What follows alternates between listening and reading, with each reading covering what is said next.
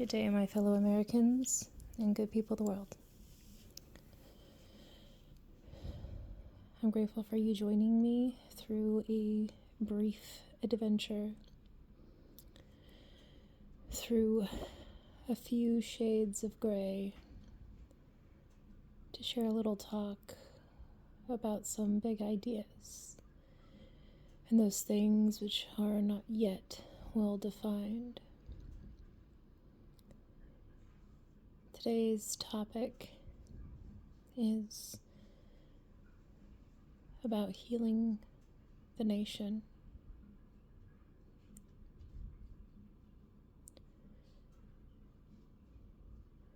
I've been trying to find the words to express those things which I know in my heart are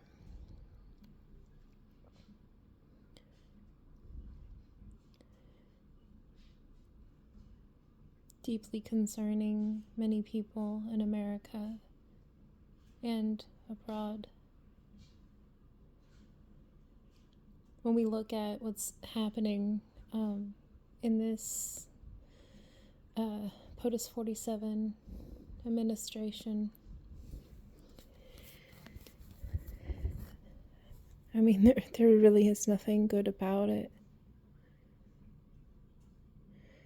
I, of course, admit that I have a bit of bias for the fact that I do not like Trump.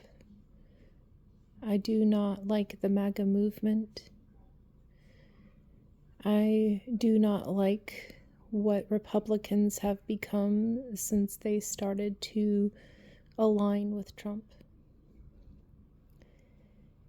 And there was nothing about the first administration that I believe served the collective best interests of America and the world. And in the second administration, the POTUS 47 administration, has really done some significant damage, some deep reputational damage to America, which is, probably people find it weird because Trump is all about brand, right? Everything's about, his entire business is just branding. He knows how to put his name on things. So you think that he would be good at the very least of upholding the American reputation, but really when you look at him as a person, that the way he's conducted himself in business has been putting on this persona that he's some kind of like tough guy or this cool guy or the guy that knows the guy. He's somebody who knows somebody who knows somebody, and they just, all work together and, backroom deals and handshakes as dollars and, fudging systems and breaking rules and scamming people and, breaking contracts and all of these things. Like that was who he was as a businessman. He's a grifter and a liar and a cheat. And so his entire reputation is, based off this idea of like, you just get close enough to the Trump name and everything is turned to gold, like, some sort of Midas touch sort of thing. But when you really look at it on the merits, it's more like as if everything that Trump touches begins to fracture, and you see the cracks in it, and you see the integrities break away, you see any illusions that there was integrities break away, and he really does a good job of bringing the worst out of people. And, he's a TV personality and a person that just gives appearances of things, but he doesn't know how to do stuff. You know what I'm saying? And in the, complex role of president, he is wholly inadequate to meet the challenge in any way.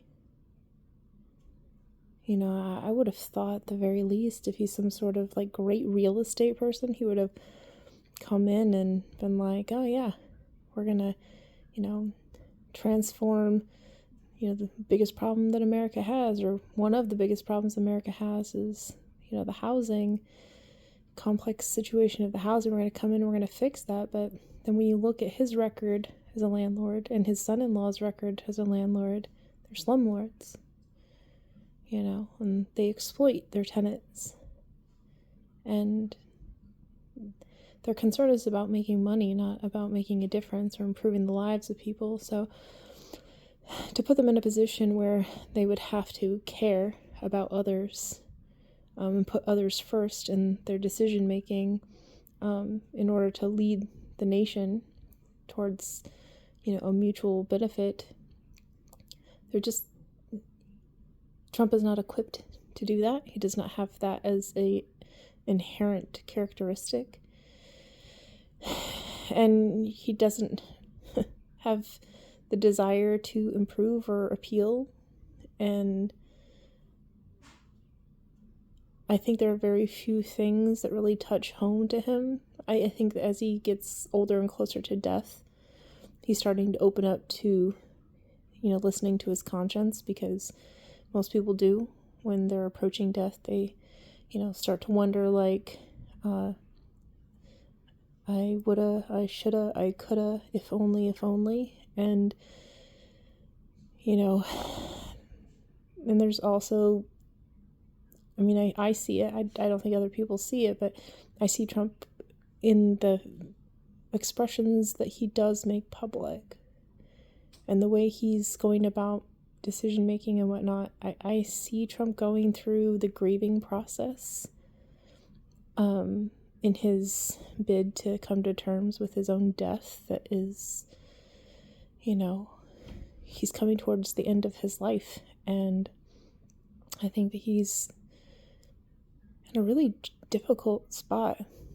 I do feel pity for him, that probably one of the biggest mistakes of his life was aligning himself with Jeffrey Epstein, and that's right in his face, to the point where the entire nation is now judging Trump's adequacies as president, his capacities as a leader, and his, personality, his, how he shows up, and whether or not they're, judging him in, positive or negative light. It's reflected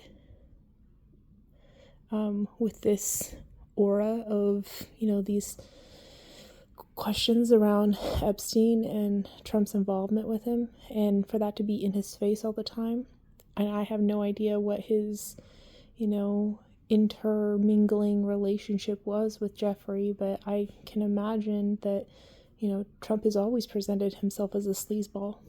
And so I don't think that there was much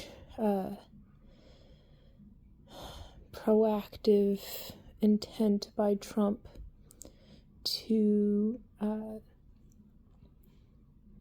take action if he would have seen inappropriateness, where he would have done the right thing to call out something like that and to report it. I think it would be more like, maybe distance yourself to save your own reputation, but keep your mouth shut, because you probably did some unsavory things that, could come back to bite your ass later. And so when I see Trump being surrounded by all these people that want accountability on the Epstein files, and he's coming to the end of his life. I wonder how much regret he has for his relationship with that really bad actor with nefarious intent who exploited children and sexually assaulted women. I'm sure there's something eating at his conscience right now, and it makes sense as you see him try to, negotiate with the world in terms of trying to leave some sort of legacy. He's like, I'm going to put my name on everything. I'm going to solve a bunch of wars. I'm going to make this peace board, and, I'm going to lead it, and we're going to get all these people to commit to it, and that's going to be the new world order and replace the UN that Trump sees as being wholly ineffective. But yeah, the UN isn't as effective as it could be if everybody was all in on, their contributions with it.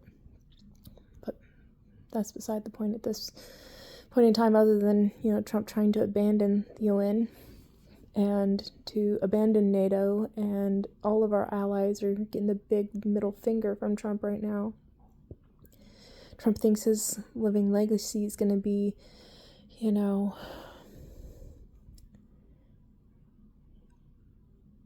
he's going to change everything so fundamentally that no matter what, he will live on in infamy. And I hope to bring about a future for America where we change history so that what Trump has done is a footnote of just there was a time when things were, shitty, when we misplaced trust in some bad actors with nefarious intent, and all kinds of terrible things happened to good people, and, there was a lot of suffering because of it. And to emphasize, the memorial of all of the people who, deserved better than what the government did to them while Trump was in office, than to, focus on what Trump tried to do in order to, make his mark in history. I don't think he's as terrible as he could be, would be, if he was younger. And so in that way, we're kind of lucky. But we're also in the unfortunate, holding pattern of sorts, while Trump, tries to reconcile with his own death and his need for legacy and his desperation to do stuff. And he's surrounded by a bunch of bad people that aren't trying to help him work out his salvation with fear and trembling, but rather have him think that, he just has to fulfill this greatness agenda, and everybody around him is all in to help him support that, because, this greatness is about him and them, and, this is going to be, reimagining America, and, it's going to be great, guys. And Trump's so desperate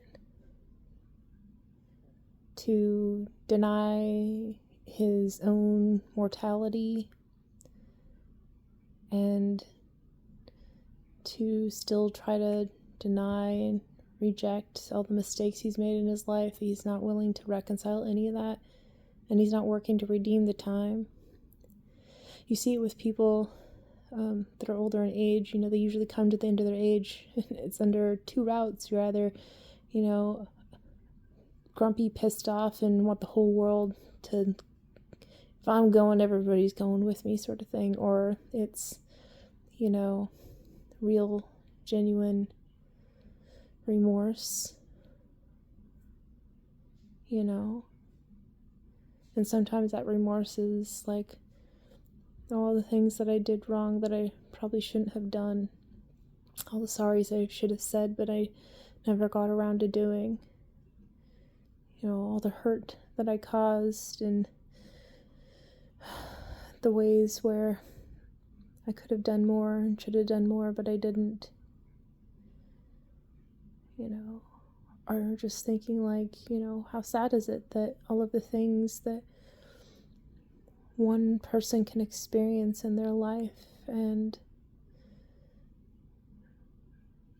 you should want to do it all, but you only have so much time.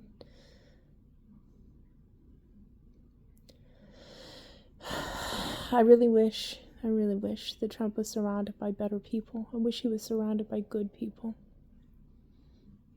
Because I think that he would be able to use this time in his reflection of his life and seeing, his last opportunity to really contribute to this world some lasting impression, that the person that could, speak to his heart and speak in his ear to tell him what he needed to hear in order to turn from this darkening path in which he's leading America into some really terrible places. To get him to turn away from, his grand ambitions to make great and Project 2025 everything, and, and make America more in his image, gild everything, and let greed be put over and first and foremost above everyone else's need, like all those things. How fruitless it will be at the end of his life, and his living memory, will not have lasting power, because who's going to remember in love and in fondness somebody who went out of his way to cause great harm to other people? Like intentionally targeting others with such meanness and cruelty and demeaning words and name calling and nothing that's conducive to polite society.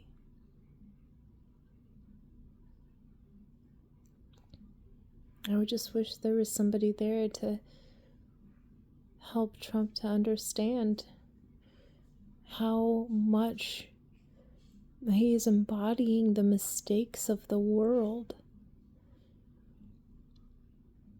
And yeah, he's showing us, how to weed out the unlikelies. Like, someone like Trump, probably shouldn't trust them, because look what they're capable of.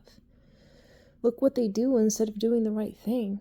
So much bad things are happening to good people because of the terrible capacities to do harm to people that are coming sourced from Trump himself.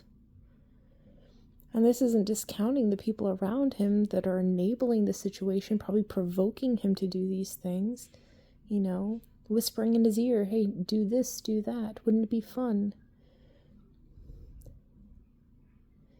Those people are just as much in line with a track of, the karmatic retribution of time coming back and hitting hard when it hits home. And I try to spend as little time as possible thinking of them, because I don't like to waste my energy on concerning myself about things that are beyond my control. I can't control these people, nor would I want to. I wish I could reach them and teach them, inspire them to be better. But a lot of them had turned their hearts away from any voices of reason, and they are all in on this sense that they've created this lie that they're living in, and they have to live by it. And it's all about cruelty and hatred and meanness, and not about, correction are setting things straight or setting things right. And they feed off of each other and they bring out the worst in each other. I don't see in this current administration any positive role models. I don't see any moderating influences. You know, at least in the first Trump administration, Ivanka was there, and I think that she had the grace and poise of knowing the difference between right and wrong, and that she has compassion in her heart and care. I think that she does not embody the worst tendencies of her father, but I thought that she did bring out a goodness in him when she was there. She was a good moderating influence for him. You know, I don't particularly, like her because she's not my kind of people, but that's not a, disrespect to her.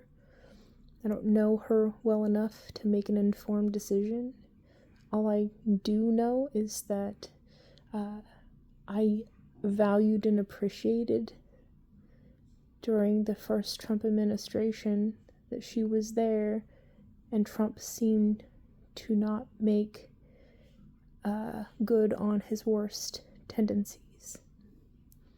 But you don't see that type of moderating influence now, and Trump is in a situation where he's, this is his last term. He can't be elected again. He knows he can do a bunch of stuff without, personal political consequences. And I don't think he really cares about any other Republicans getting elected. I think there was a point in time when he cared about that. But now I think he just wants to do as much damage as he can while he's in there. Try to be the bull in the china shop and try to get every single bull broken before he leaves, so that the person that would come in after him would be able to, start picking up the pieces, and no matter who it is going to be shined in such a greater light than Trump. So, he's helping to lower the expectations, helping Americans to be satisfied with somebody who is still, not going to be a good person for that role. Take, for instance, Trump trying to set the stage for J.D. Vance to go in there, which I think is a lot of the reason why Trump did not outright denounce what Stephen Miller said in regards to Alex Freddie being murdered by an ICE agent. And Stephen Miller called him out automatically, framed him as he was this, crazed assassin coming in to, take everybody out. And Vice President J.D. Vance used his platform in an official capacity to re-share that social media content in obvious intent for agreement. And so Trump couldn't denounce Stephen Miller because he needs him, because Stephen Miller's doing a lot of the heavy work that Trump doesn't want to have to do, And then he needs J.D. Vance to be, he's the best prospects for carrying the MAGA torch forward. And so Trump didn't denounce what Stephen Miller said, because he would then be implying that what J.D. Vance did to, condone that would reflect poorly on him. And I think as we get closer to, the end of Trump, it'll be, everybody's fighting and pining over getting this position of who's going to fill the void when Trump's gone. And, nobody's going to be able to replace Trump, you know. Nobody will ever be able to carry the sway or the appeal, you know, or the charisma or the, you know, cockiness that Trump commanded throughout his life and during his terms as president. Nobody's going to be able to fill that position. And the people that are in prospects to replace it, that are, you know, in the, you know, MAGA Republican side of things, like, these people are, you know, hedging their bets, and they're trying to rub elbows with people and gain grand appeal for, you know, whatever platform will listen to them, going on podcasts and, you know, doing talk shows and, you know, being out there and doing the work and all these other things, and trying to appeal to all the masses and speak at conventions and events and trying to just get their name and face wherever they can get it. But all of them are just like poor and empty shells compared to the void that's going to be left behind when Trump leaves, you know? And like Marco Rubio is proved himself absolutely irredeemably incapable of being his own man.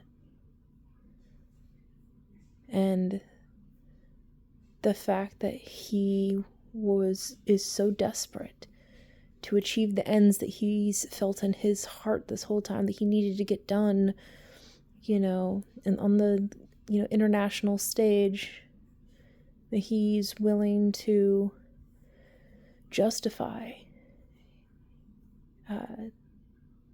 putting America in a very precarious position and making poor choices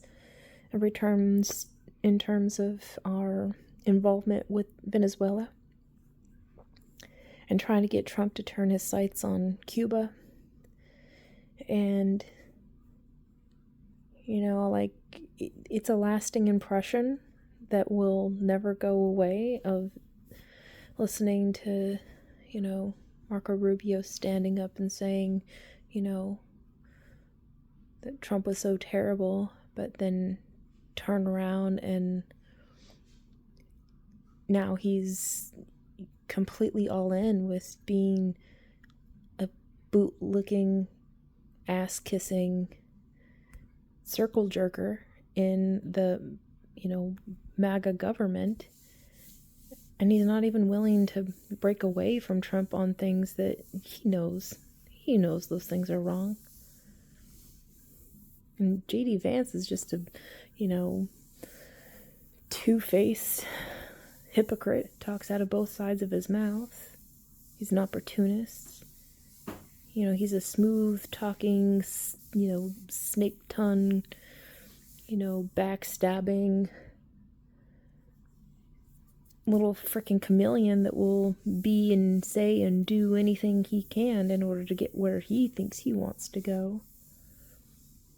But some of the most deplorable, like, tendencies of him is, like, throwing his own wife and children under the bus in order to appeal to the, you know, crazy white nationalist people. That it's, you know, I understand that my wife is not white, but at least she's a good mother. I mean, that really stuck with me. Like, I felt so sorry for Usha. And listening to him talk about jumping to, you know, immediately cast Renee Good and Alex Peretti as being, you know, these violent people that got what they deserved. And then, you know, talking about media's, you know, ought to be ashamed of itself for reporting on these things and characterizing things in a light that, you know, didn't align with the narrative. And he's trying to put this cast on things as if he's some sort of like moral legitimacy, and really he's not, you know. And I very much stand with what Pope Leo kind of expressed before he even became Pope, about JD, like, not directly, but to say, like, how, JD's wrong, and to think that, as if there's a ranking system in Catholic religion that, first you got to take care of your own before you can worry about taking care of anybody else. And Pope called him out on that. I was like, no, man, like, we're supposed to take care of everybody who is our neighbor, is whoever is there that needs our care. That's where we should be, and we should be of service in all the ways that we can, and not ask the question, who is my neighbor? It's always going to be, the person that needs care. And instead, JD goes off of this sense that there's a ranking system. So I can't imagine him being a very good leader in a position where he has to make decisions, for the collective best interest of everybody. Whenever I think of him, I always think, like, if he was set in the scenario of the trolley problem, would he let the trolley go to, potentially kill hordes of people, or go to save, just a select few? Hordes of people that he doesn't know, or save the life of just a few people that he did know? And that moral dilemma, I really wonder what his answer would be, in all honesty. Not the answering from a political position of, like, oh, well, but, like, really,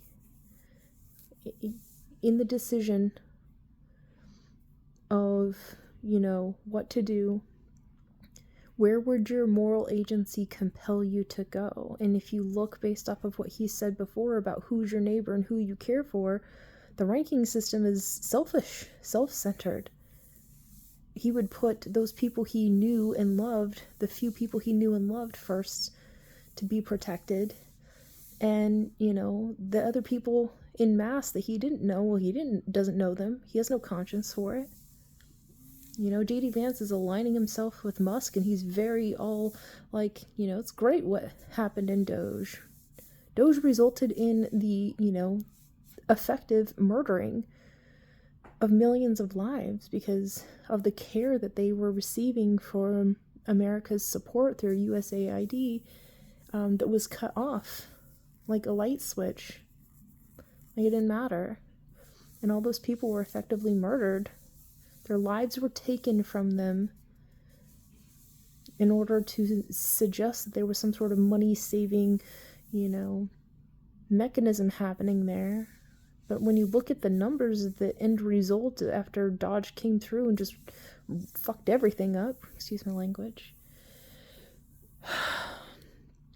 it cost the American people more money, but it also cost us our reputation, and it's put a blemish on, American history. And in the name of America and the American people, Doge took the lives of millions of people and left others by the side of the road in mass.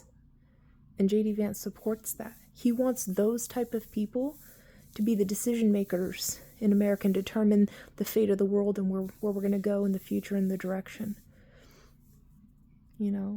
He's jumping on the bandwagon with the people in the terms of the trolley problem, would kill people in mass in order to preserve their own self-centered interests. And you see that's what's happening. I don't think those are the type of people that you want to be making collective decisions on the behalf of everyone.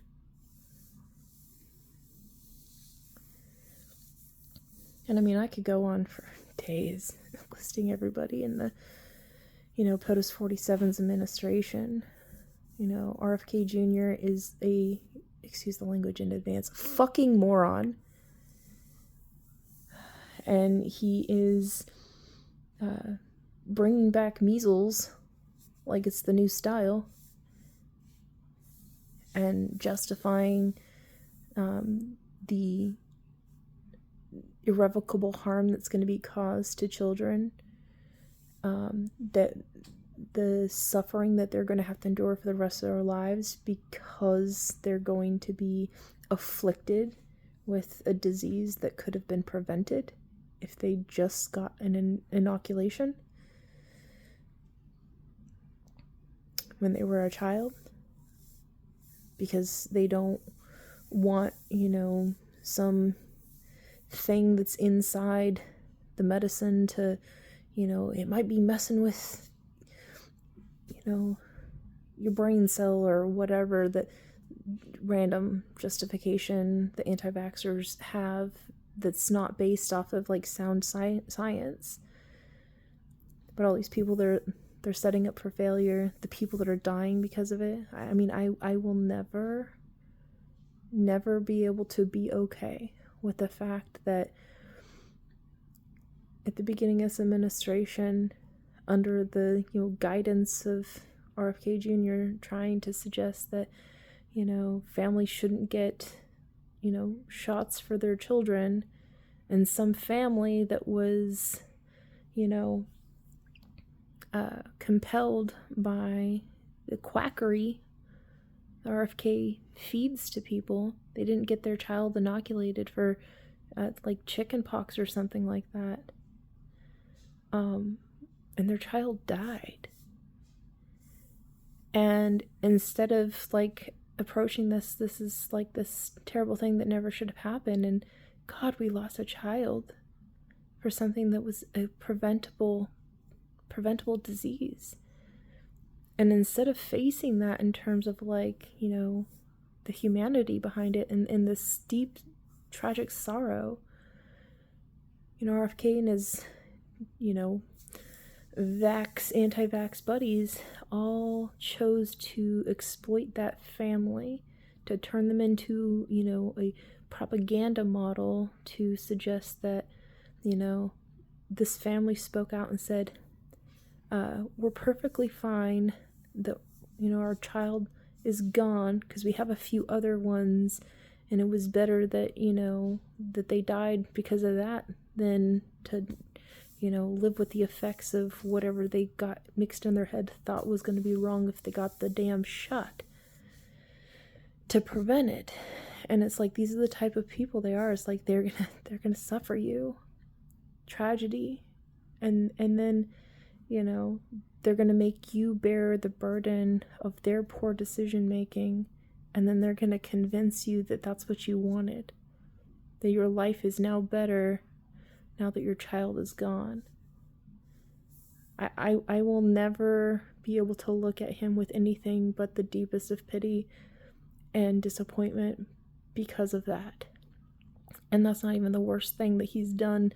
All this other time he's gone in and he's preventing people from being able to get life-saving, inoculations, and then cutting people off from being able to get access to the things that they need in order to stay healthy and safe, and then spreading lies and misinterpretations and misrepresentations, things that are not based in science, making people be deathly afraid of taking some damn Tylenol. The quackery and the ridiculousness of this man that was highly unqualified. He's not a medical expert in this stuff,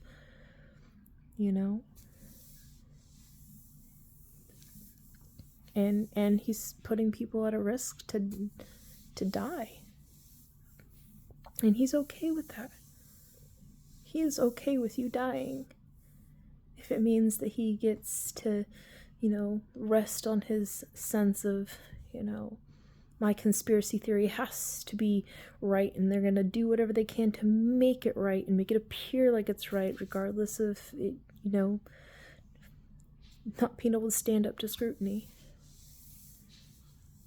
This is the crack team that Trump has brought in. in this administration.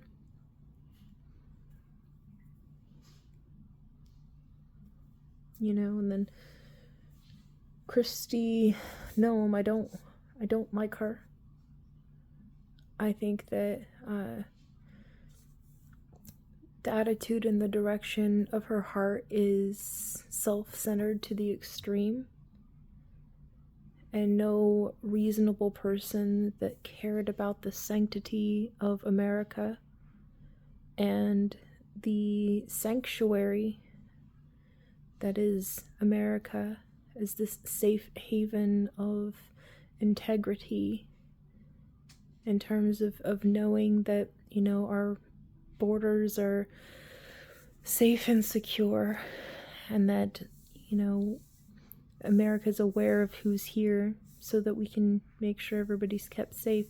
Her orientation is not in the face of what can we do that's going to be the best thing that we can do right now to make sure that America is safe and sound, that people can go rest their head at night and not have to worry about, anything coming after them in the dark,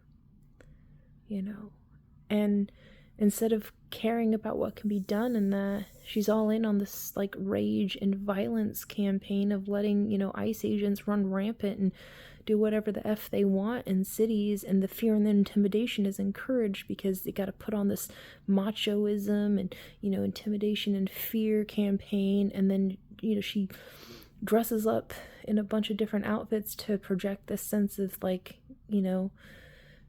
as if she wears all these many hats and knows how to do all these things, and, isn't it just so great? And prances around and, involves herself in all these events and whatnot, and acts as if, she's the boss and she knows what's going on, when in reality she's just a very well propped up, doll that happens to be more than willing to do whatever, violent, cruel, mean, unnecessary thing that Trump has directed, or, his minions have directed. She's more focused on capturing money, funneling schemes to her friends or people that are, close enough to her, in order to enrich them at the taxpayers' expense for something that she's suggesting is necessary. But maybe if she focused less on making a bunch of, fashion videos and commercials, she could have made a difference in terms of actually making the situation at the border, compelling enough that people would choose to come in the right way.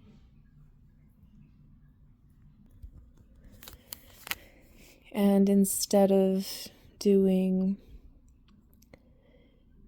these intimidation propaganda videos and spending all the money, time, effort, and energy going into that, and then getting,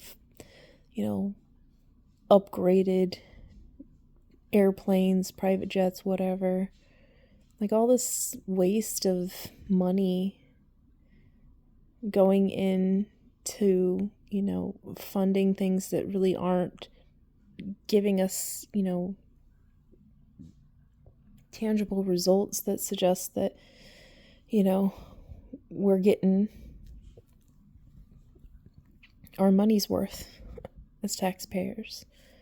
And the fact that she took over the housing unit that was supposed to be for, the leader of the Coast Guard or whatever it was, because of her being concerned of her own personal safety and whatnot.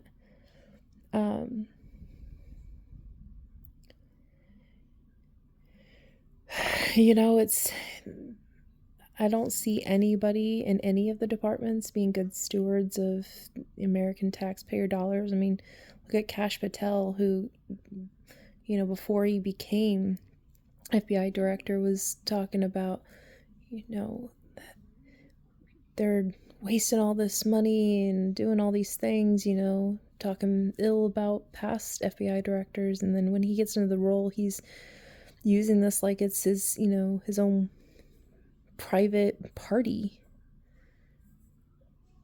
And he drops the ball constantly when it comes time for investigations of like serious, cases. After Charlie Kirk was assassinated, may he rest in peace, like, that was a wholly traumatic experience for America. I mean, like the guy or not, nobody wishes, that such a public,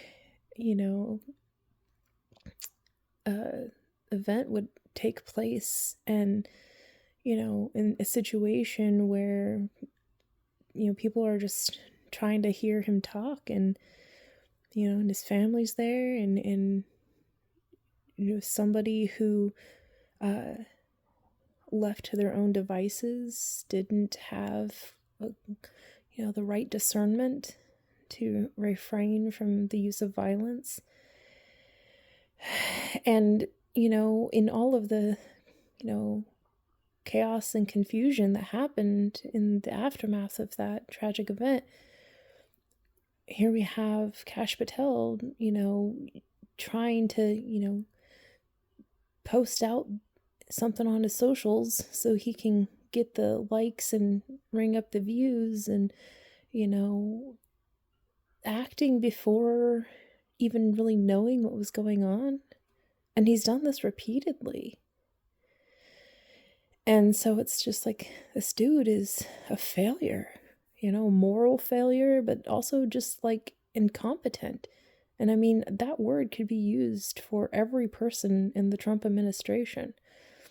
An incompetent sycophant seems to be like, they're going through the resumes and be like, are you loyal to Trump and MAGA? Yes. Do you have any fucking idea, excuse the language, any idea how to do this job? No. Okay, perfect.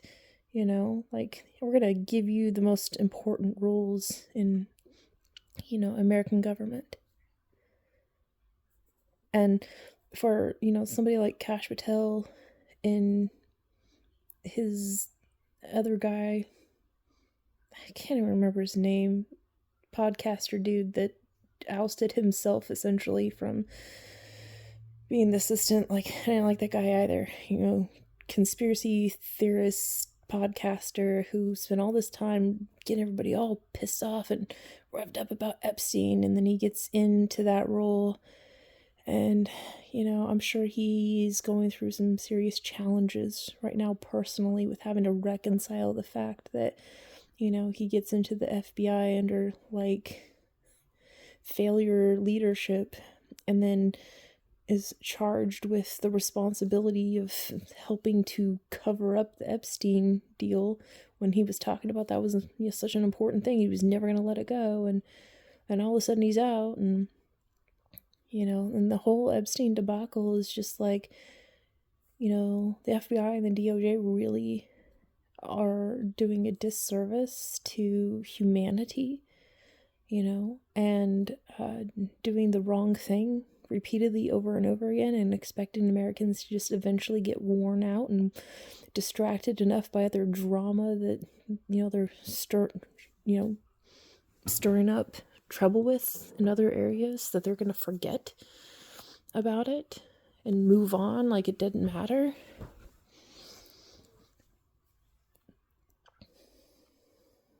And all of the, actual crimes that are going unaddressed, and, all of the people that should be focused on, working towards solving crimes and preventing crimes and doing their undercover work and all these things. None of that stuff is getting done like it should be, because, You're under this terrible leadership that doesn't really know what's going on. They're destroying morale, by basically saying, we're no longer an independent force for good in America, to try to keep America a safe place, but rather, we got to cover Trump's ass and then help him to create, appealing content propaganda to post on the socials,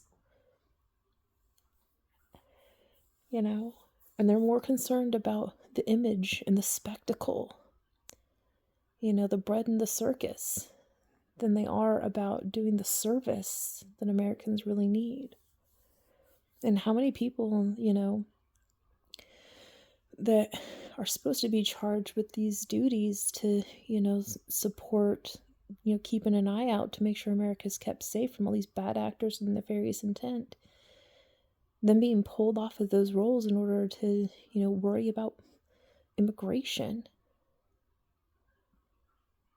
Immigration's not that big of a problem in America. It's definitely something that needs to be addressed in an intentional, professional, manner that is executed with precision and, good plans and, good stewardship of the taxpayer money and how that's being invested to secure the nation. Instead, it's all propaganda. They spend more money on propaganda and, pocketing money for themselves and their friends, at the taxpayers' expense, than they are actually, doing the things in which Americans, I always thought of the FBI just kind of this, poised, branch of devoted service that you do the hard and the necessary work of making sure that you care and you worry about these things so Americans never has to cross their mind. You neutralize the problem before it becomes an issue that then hits the public stage and then everybody lives in a state of fear. They're supposed to take care of those things to make us feel safe and sound, and then know you have somebody that, is professional and poised, and held to a standard, and there's ethics and there's rules and, people of good character and personality, that have our backs as Americans and are watching our backs and doing right by the American people by helping to keep us all safer. And that entire, air of respect has been shattered, by the stark reality that the people who are in those positions of running the show are firing people, that used to be the integrity-bound individuals, the adults in the room, because they said some past remark about Trump that was, not in line with, ass kissery. And, or calling them out, being like, here's people that are supposed to be doing the right thing for America that are instead, busy worrying about personal matters, and taking away resources from keeping America safe to instead make sure your, personal matters are taken care of on America's dime. The morale, I can imagine, in the FBI must be just fucking, again, excuse the language, but it just must be so mind-bogglingly frustrating for the good people in those departments having to deal with this incompetent bullshit, this spectacle, drama and craze. And then the DOJ, I have a really, really strong, innate sense of justice and fairness, and to the point where, I mean, it has me very sympathetic and empathetic for people who suffer, and I just want to protect everyone. I want to protect everyone's innocence. You know, it's a strong, deep inclination in me, and I just think of, you know, I think of the child inside of everybody, you know, and I just want to protect it. And so when I see justice not prevailing because those who are supposed to be, you know, making the decisions in the Justice Department are not looking out for the best interest of America, but they're covering the ass of Trump and, you know, all of those people who support Trump. They're on this retribution campaign, and listen, guys, I get it. I fucking get it. That how everybody was going after Trump, I'm sure it hurt his feelings. He wouldn't be responding as aggressively as he is, and I can imagine how hard it must have been for him to every day be bombarded by, you know, people coming at him left and right with, you know, all these different angles and the legal approaches to, you know, get at him. I get it. I'm sure that brought him to the point where he was just like, fuck it, man. I'm going after everybody. I'm going to go back into the White House again, and they're going to be sorry. I get it. And I get all of the people who were supporters of Trump, who really believed in his mantras, you know. The election was stolen. You know, we got to build a border wall. You know, all the immigrants, they're bad hombres. Got to get them out of here.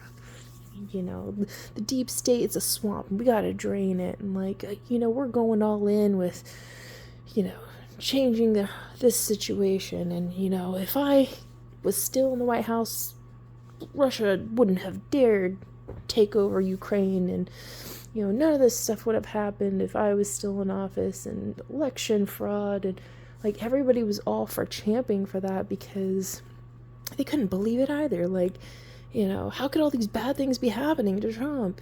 And it's just like, well, because he brought it on himself. Because, you know, when he got sued by Jean Carroll, it was like, you know, Trump's poor life decision making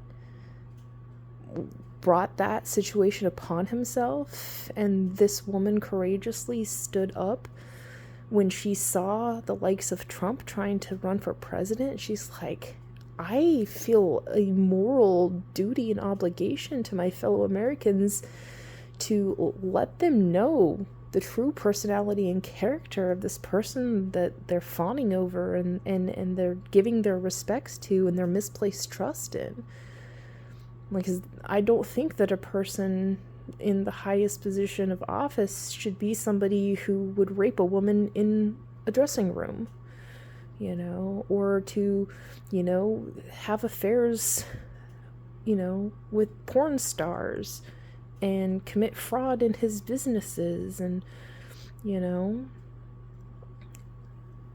so all these people were just bringing to the attention, like, Trump isn't the person who he's trying to make himself out to be. And, you know, instead of owning it, I mean, yeah, Trump's a fuck up, man. He's made a lot of mistakes. He's hung out with some bad people, and, you know, they reflected poorly on him and probably brought out the worst in him. And, you know, all of the things that he did that were unsavory, you know, he fought against all of those things, and instead he was just like, you know, it's them trying to make me out to be something that I'm not. And it's like, but that's really who he is. and being mad at people for calling him out for it. Like, I get it, I understand. I'd be pissed too if somebody tried to call me out on my bullshit as well. But there's a difference between, realizing people are critiquing you and trying to say, I think that the American people should have an informed decision about who they're standing by and saying that they want to have as president. I think they should know the truth about this person so that they can make an informed decision. Because if given all of that they know all that, they can still stand by him, well, that's their decision. And the point wasn't to make the mind up for the people themselves, but to let them be informed and let them make the decision on their own. Because none of us are perfect. It's not about saying, here's a flawed person and, we need to abandon any, sense that, he could do a good job. But more just like when put to the fire to say, like, this person made these mistakes and here we are stepping up to say, this person's never accepted responsibility or accountability in their life, and now we're going to make them have responsibility and accountability for it. Then you see how he responds to it. That was the deciding factor for where a lot of people were just repulsed utterly by Trump. But then a lot of other people were like, they went all in with him with it because they either didn't believe their eyes, didn't believe the facts, and they, thought it was a witch hunt or whatever. Or they liked the fact that he was this bad guy that could do, bad things, but, never was accountable for it, because there are plenty of bad actors with nefarious intent in the world that long for that type of, circumstance. They want to be fucked up to people and do bad shit and then get away with it. And they like when that happens. It brings them joy and delight in this sick, perverted, twisted way. And so, and then Trump brought that part out in people, and it was just terrible. But, instead of Trump, like, accepting you're running for president, people are going to turn up the heat on you and be willing to, as it comes, deal with it in such a way that would be reflective of, like, the conscious consideration of one who's trying to gain the respects and earn the vote and to show themselves worthy of representing the nation, as a person that, has lived a life and has had experiences, and, none of us are perfect, but, like, here I am as president showing up to, make these changes that I think are, America needs, that are necessary for America to improve. Instead of standing by those sorts of things, Trump just took on this whole, like, anger and pitting people side against side, and, like, hatred and vitriol and, all of these things. And it's like, I understand why, he acted the way that he did, but none of those things were indicators that he was a trustworthy person, to be entrusted to make decisions based off of what is in the best interest for America at this moment, by being able to put your own personal sordid interests aside. And Trump still to this day can't do that. He doesn't do that. When he went to the the economic forum, and he's talking in front of all these other world leaders and business leaders, instead of helping to instill confidence in America as a viable partner in the world stage, a nation of economic prosperity and opportunity and stability, and adherence to law, so we have integrity and all these, instead of, like, projecting a sense of, like,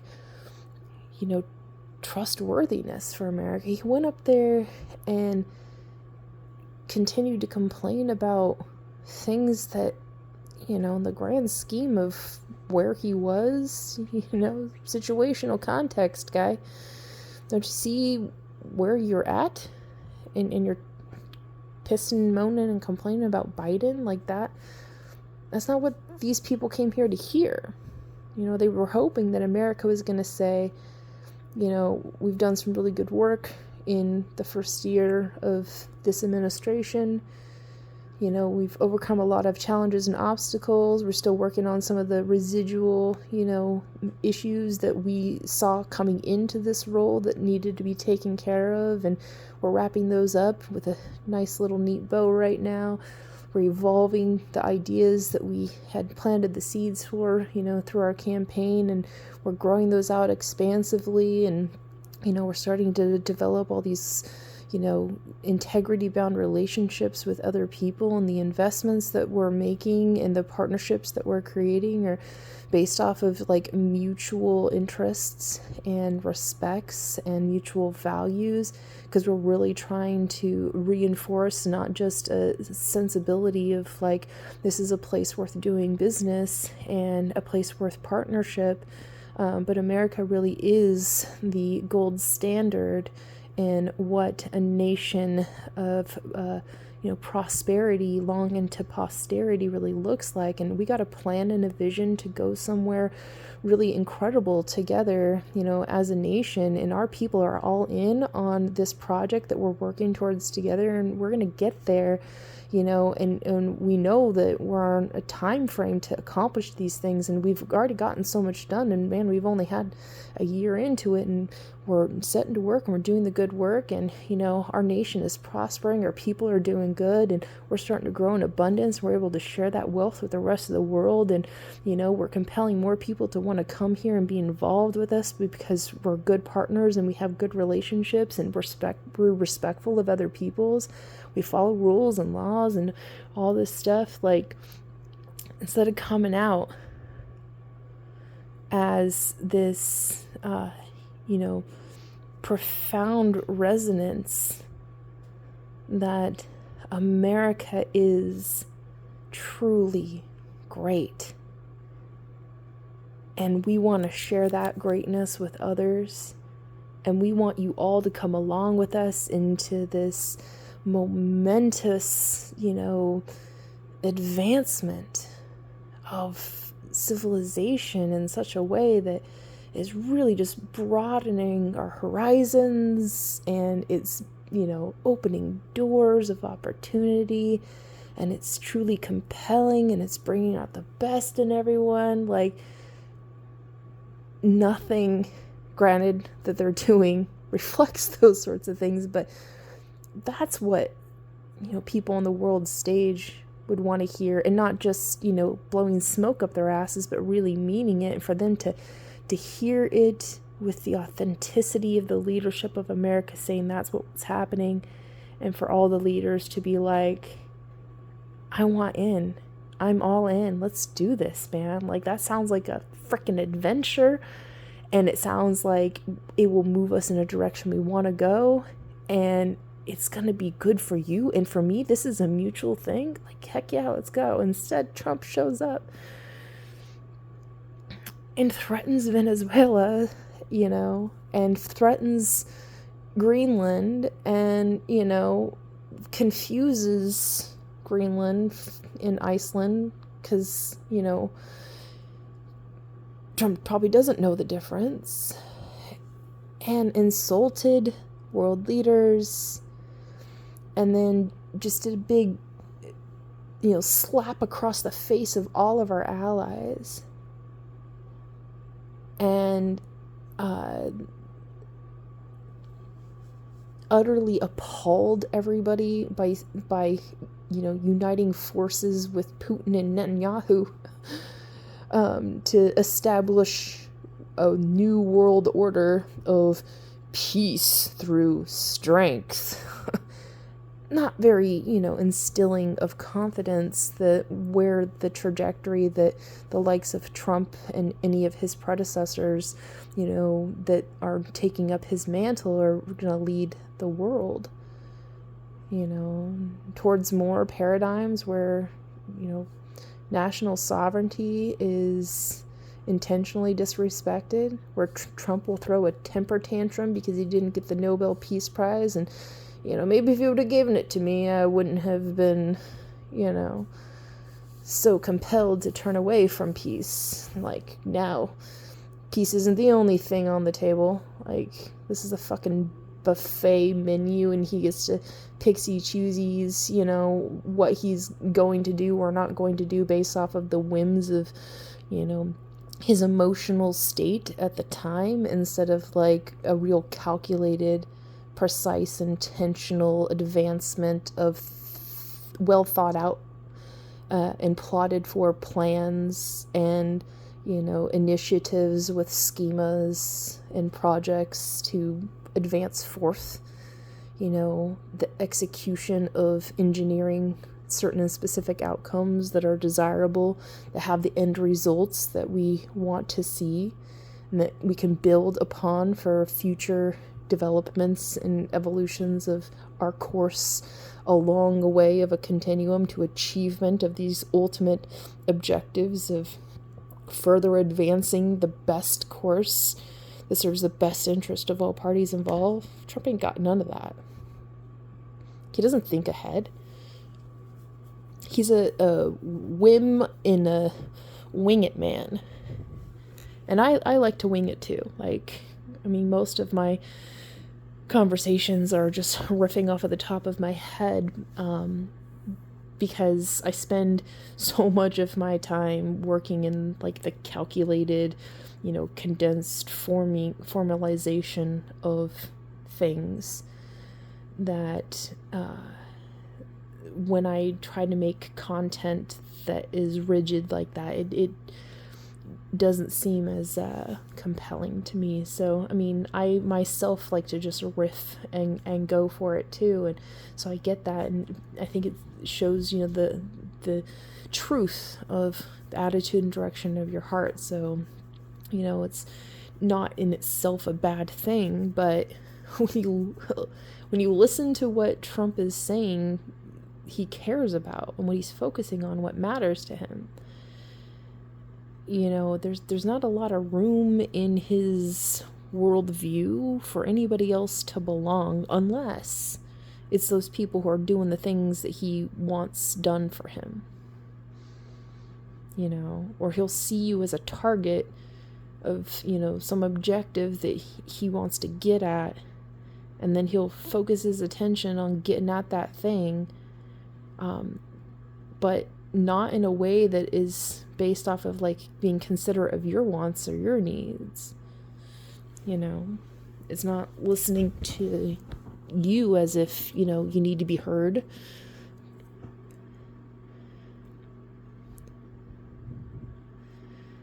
And it's not about him trying to understand you so that he can, figure out how to be of service to you. So, you might be enter a state of trust, none of those things. And Trump takes everything with the approach trust is implied because he's Trump, and everybody wants to work with Trump. And I think that it's really a very unfortunate character flaw that he thinks everybody wants to work with him because he's, some sort of awesome, when in reality it's just Trump is just this open book and easily, manipulated person that people want to work with him because they know they can get so much of what they want by just putting in a tiny little bit of effort of, flicking the bean of his fucking ego. You know what I'm saying? He doesn't have any sense of, why he does a thing.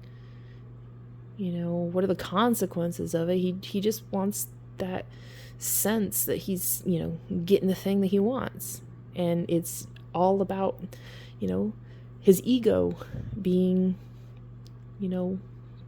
stroked, and him getting what he wants to feel important, and he wants to feel special, and he wants to feel like he's the center of attention in the world, in the universe, and so he's so caught up in himself, he doesn't have time to think about others. He doesn't have time to put himself in other people's shoes. And he doesn't really care. And I have seen him interact with people before, like with children, and with his grandchildren, and I see love in there, and so it's not like he's a completely irredeemable person.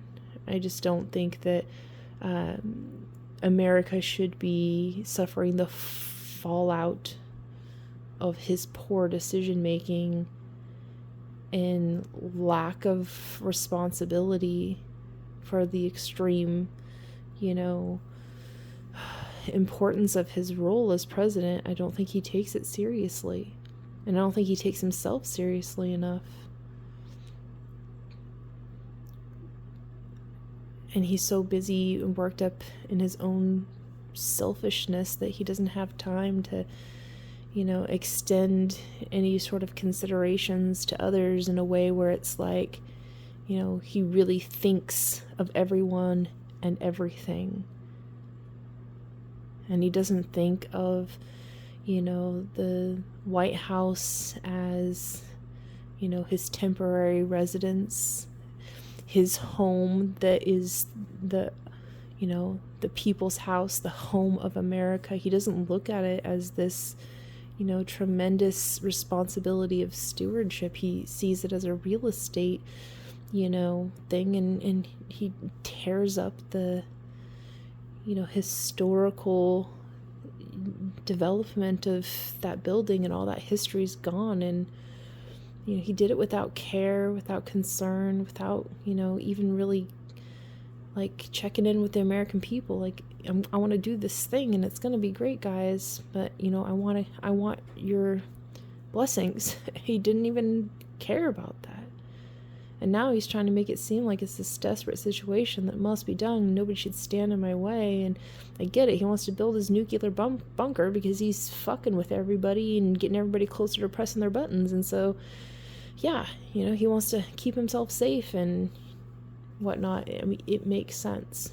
But at the same time, he could have done this in such a way where the American people could have respected that, here's a president who is famously known for real estate, endeavors. And it would have been an interesting, lasting impression he could have left on the White House and the nation by, building something extraordinary, as an extension and a development of the history of, our people's house, and made it really about the people. And it's not, it's a vanity project for Trump, and he destroyed our own shared, memories and history, without care.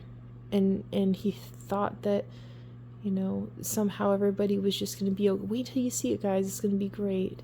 Well, he's tainted and tarnished everything that he's doing. So, like, even if it is a cool thing, in the end, if it ever does get done, people will always think of it as just like,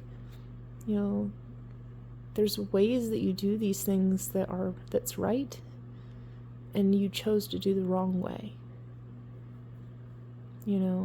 And then for like safety and security reasons of needing to have an extended nuclear bunker on the White House grounds, I'm all for it.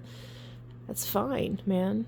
But, also don't be acting in such a way where you're instigating the potentials and increasing the heightened sensitivities of the world, so we lead closer and closer to the potentials of, nuclear war, like Trump's doing by pissing everybody off on the global stage.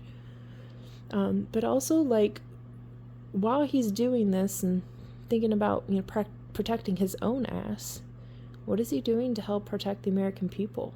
You mean, like, if you really think that, there's such a need for a bunker for, nuclear protections for the White House. Like, what are you doing to help to make sure we're building up, infrastructures that could protect the American people? Or are you just gonna like bring back the duck and cover under the desk, drills, and realize that, it's everyone for themselves in this dog eat dog, mighty crush the weak, free for all hellscape that Trump is crafting and his MAGA government's crafting? And, in the meantime, like, how's your life improved, fellow American? What part of your life has really just transformed in such a way that you're excited about the American situation, and you feel good about America's standing in the world, like, and you go out in your daily life and things are better, we're getting along better in society, and hopes are up and we're feeling pretty good, and you got more money in your pocket, and you're able to buy food and cover your bills, and there's jobs abounding, and like we got economic opportunity everywhere. Like, where's all that? There may be small little isolated pockets of thriving that are experiencing a little bump here and there. Trump's so focused on, the market's doing great. Well, yeah, because, like, that's all he cares about is the market, because he's got all this money in there, and that's where he makes his money. But, most Americans don't make money in that way. Yeah, there's been a lot of millionaires who have been, profiting off of it. I'm sure they're totally happy with all of the chaos and the mayhem because they profit off of it. And I'm sure all of these, insider traders that are part of the MAGA government are just loving it, that they're just raking in the dough. But I don't like that. I mean, I respect it for what it is. I understand its value and its worth. And I am in no way trying to say this is a thing that we have to, like, utterly get rid of. But I don't really like the market system of, stock holding markets and people making money off of, like, money movement and speculation. And, like, when you, because if you take those things, if you just take that away and pretend like it doesn't exist for a minute, where's America's value? What could you look at and point to and say America made?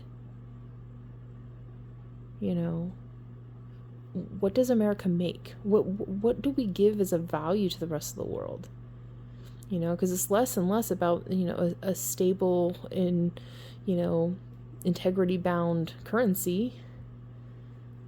It's definitely not leadership of the free world. Like, all those things are being eroded by Trump and MAGA and all of this stuff. And so it's like, when you take this, like, the speculation economy away, America doesn't make much except for, like, weapons. Yeah. There's a lot of that happening.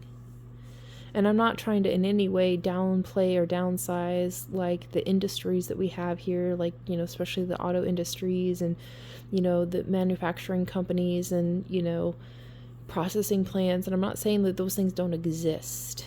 And I'm not saying that there aren't levels of production happening in America where we're actually building tangibilities. I'm not saying that we don't have that. But what I am saying is that those things have become, like, not the wealth drivers of our nation in terms of wealth and abundance for all.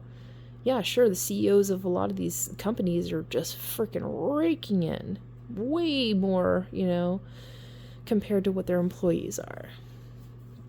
But in the tangible, reasonable stuff, like, what's the value that America is generating that helps to promote the general welfare, that everybody benefits from these things, and that creates economic opportunity and jobs? I mean, you look at Trump is failing so terribly, they have to lie about the numbers of, the jobs and spin bad numbers like they're great.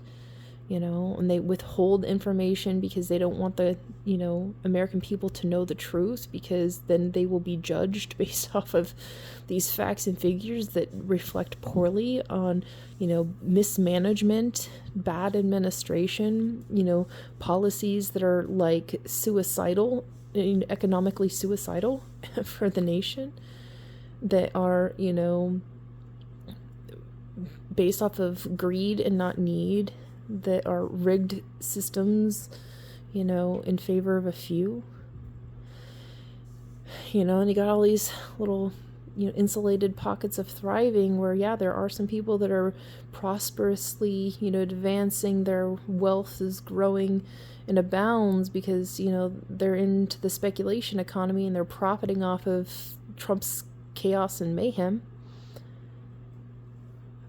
Or they're making backroom deals with Trump, in order to get special advances and, benefits and contracts for their companies, or some deregulation, or like quietly putting to bed, DOJ investigations into companies, because these people somehow like paid money into some, bribery channel, whether it's through crypto or through, presidential library, or, funding the ballroom or whatever, laundering money through these schemas or whatever. So Trump kind of turns the other way, instead of like regulating those industries that, had regulations to help to protect the best interests of all Americans, instead have been, allowed to operate in such a way where it causes harm to Americans, and these corporations can operate unhindered and rake in even more profits. And, the economic situation in America is just, it's really embarrassing, The Made in America, brand now is really just a joke. We don't make anything of value or quality. And, the only thing we seem to be, exporting from here is, the MAGA racist, violent hatred, far right, extremism that is, be encouraging other nations like, here, this is a great model for your nation, and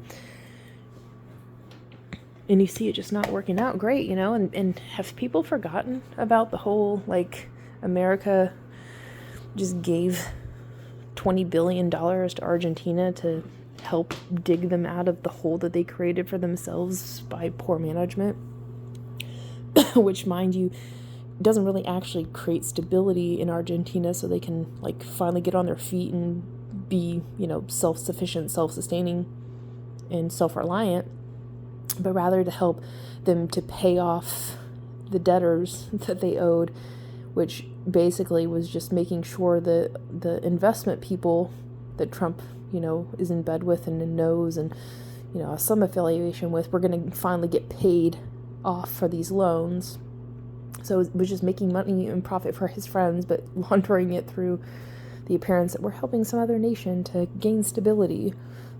In Argentina, there's still people that are in utter economic destitution, and their inflation may be down, but their poverty's way the fuck up, and there's nothing going on there that's making it instill a lot of confidence that they're getting up on their feet and that it's going to improve the situation for all those people.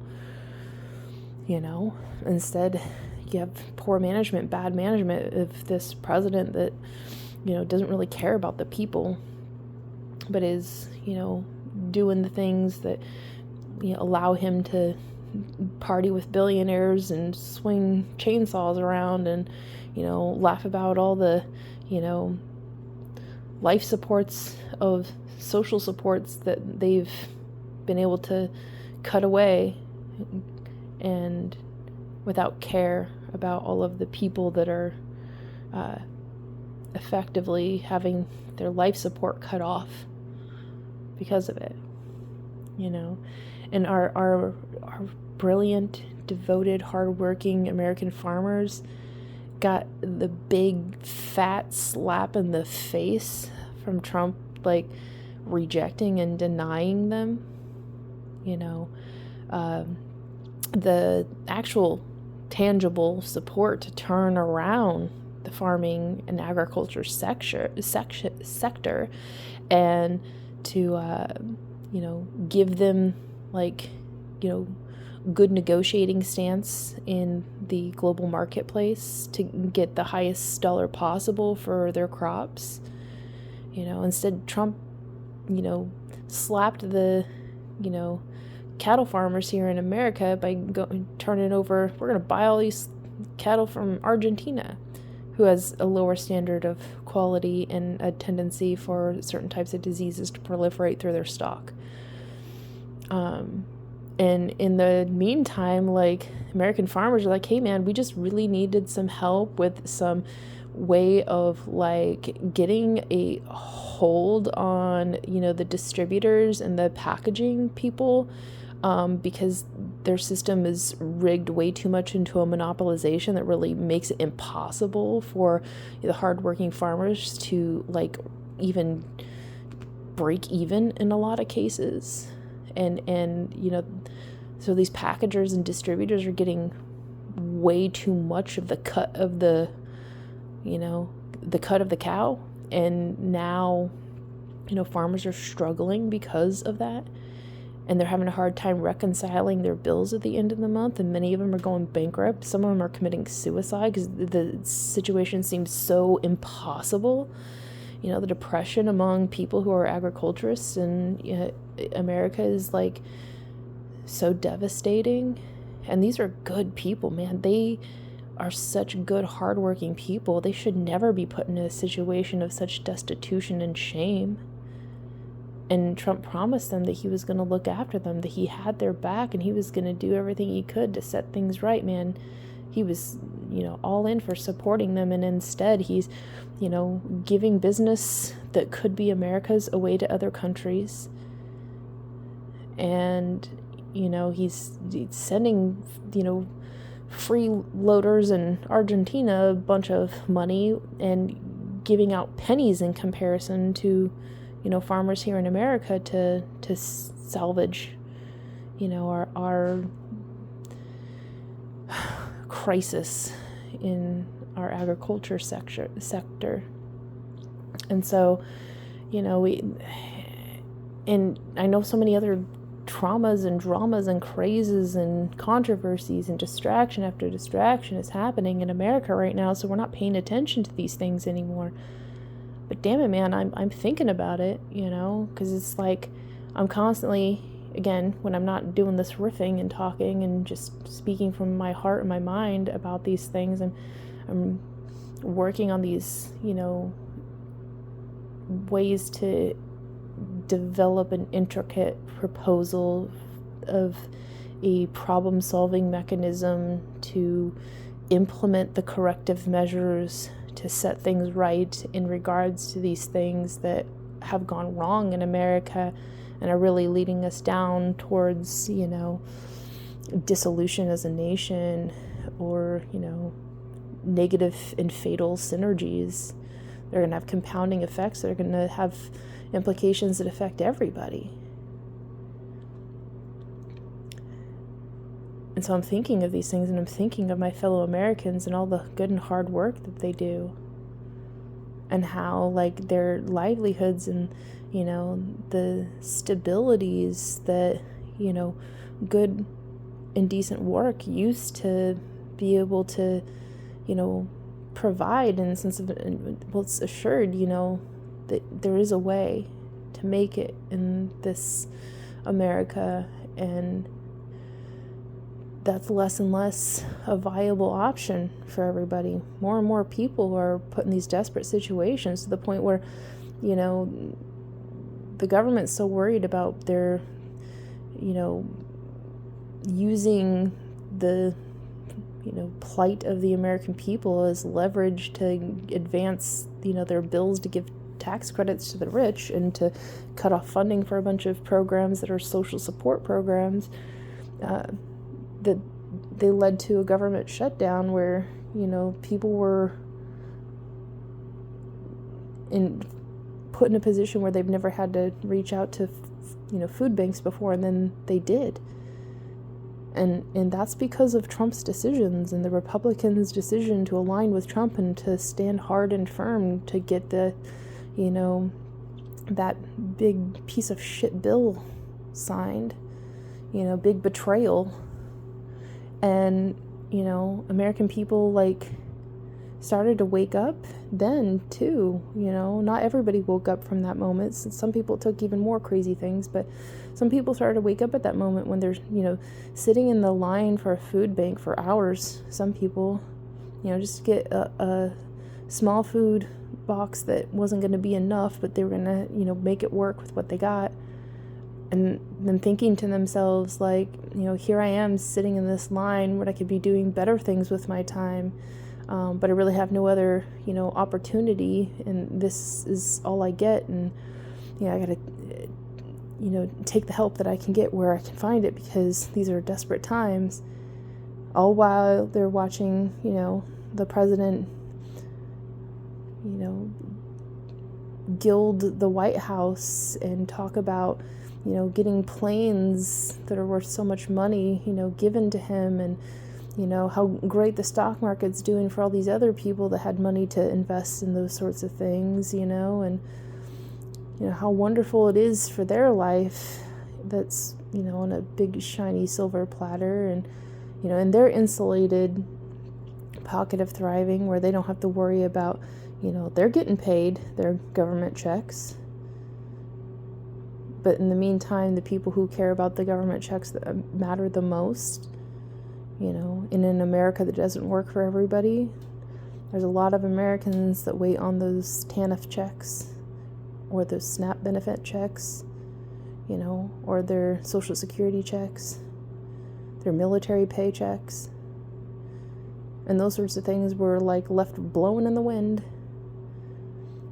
And the whole time, Trump and his admin were just isn't America great? And for everybody who's suffering right now, that's not because of us.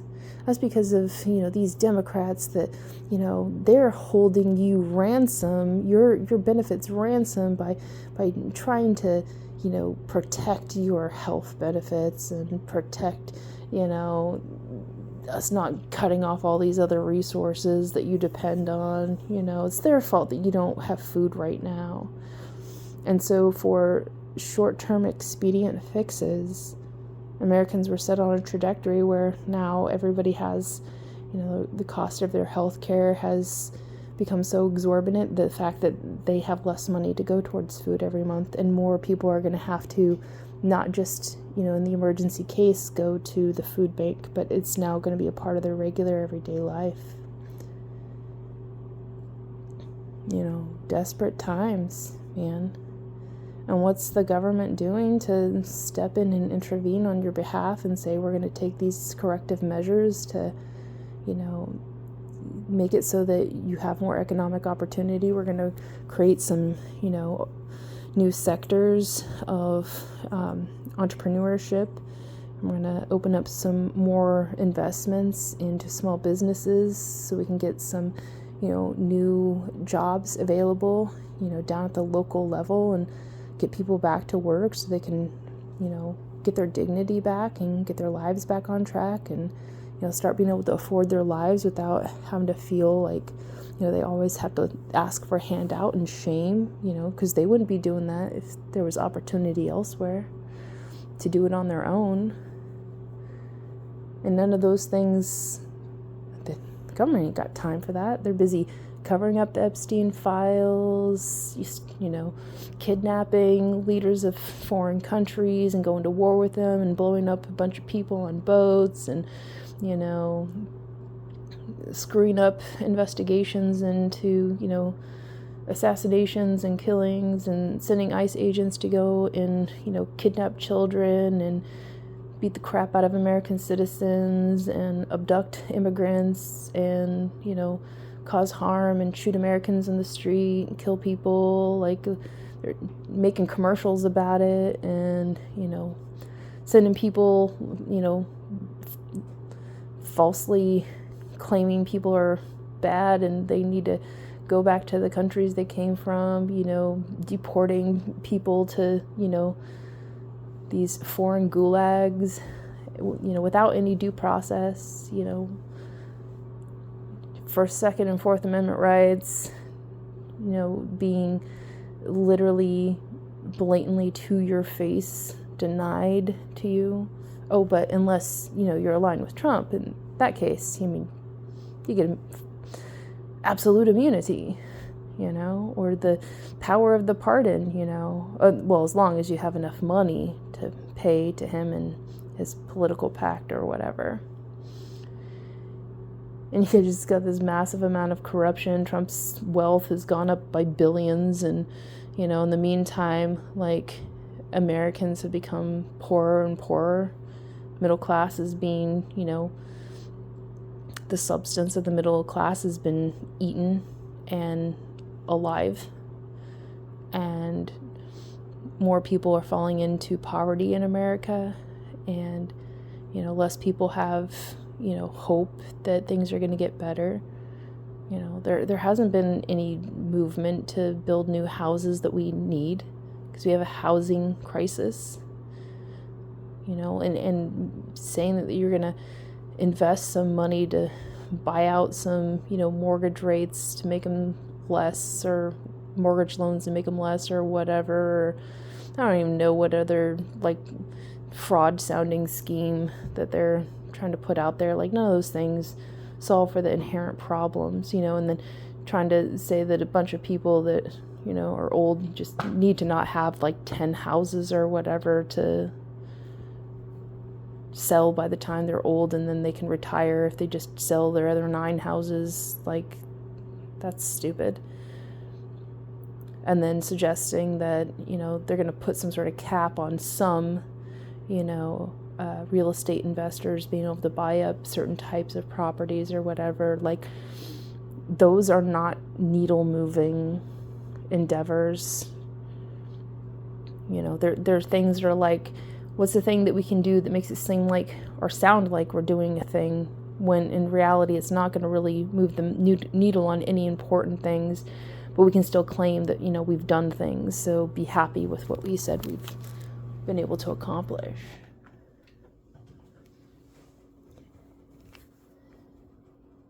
And,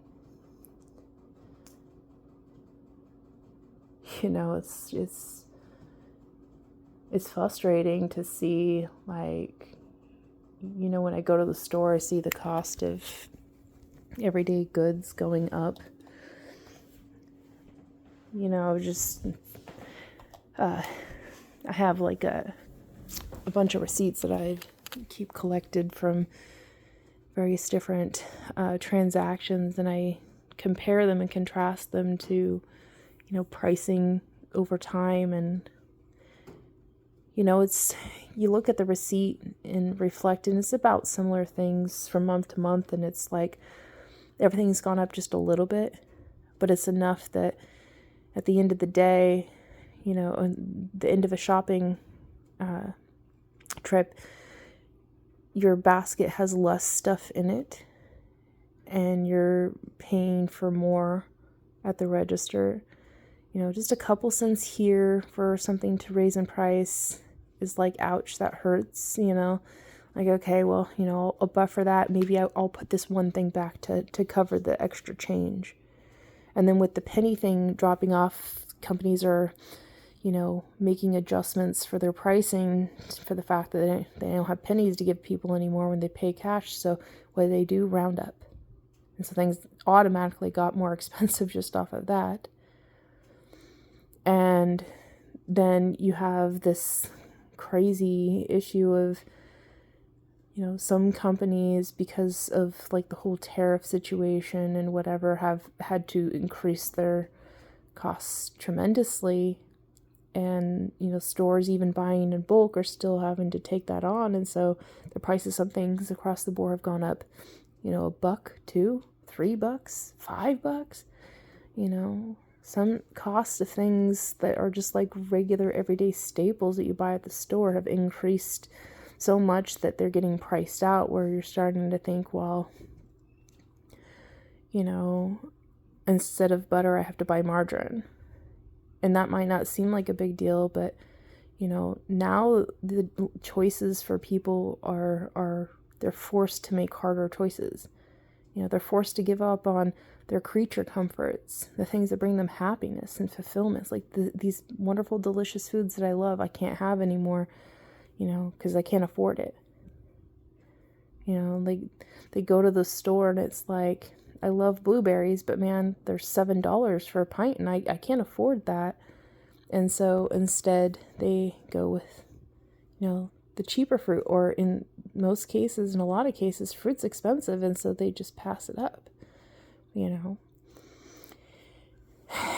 And so these like life altering decisions, these are profound in your daily life, The fact that no real effort has been put forth to ensure that, affordability and accessibility in, options of food for people are, with intention solved for. And the Trump administration hasn't done anything for that.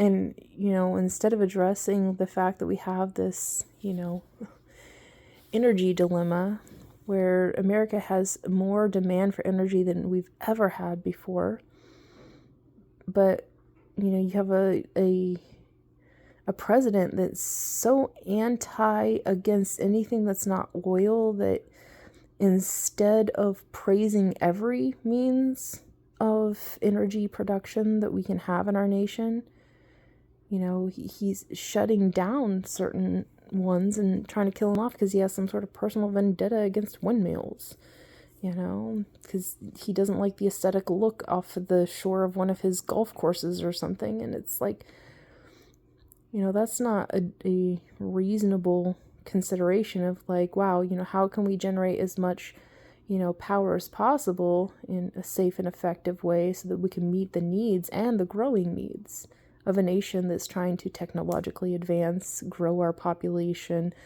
have a stable, electric grid that is robust and resilient against, weather events or, would-be terrorist events and these sorts of things. Like, none of that stuff is in their consideration. I ain't working on those things. And not addressing the fact that everyday Americans' electric bills have gone up. Like, and it goes to the whole, the cost of your food's going up a couple cents. Well, when your electric goes up a couple cents at the end of the month, that's a lot. Your bill is a lot higher than what it used to be, And the whole situation of everything's more volatile and risk has increased. Like, the risk and threat level of bad shit happening in America has increased to the point where insurance, whether it be your car or your home or other property, the cost of insurance has gone up because the risk has gone up. And so, you're paying like 3 times the amount of your car payment for a, insurance to protect your car, protect your interest in your asset. A lot of homeowners are being denied homeowners insurance because they live in, areas where they're prone to natural disasters like floods or hurricanes or tornadoes and wildfires now, even more so than ever.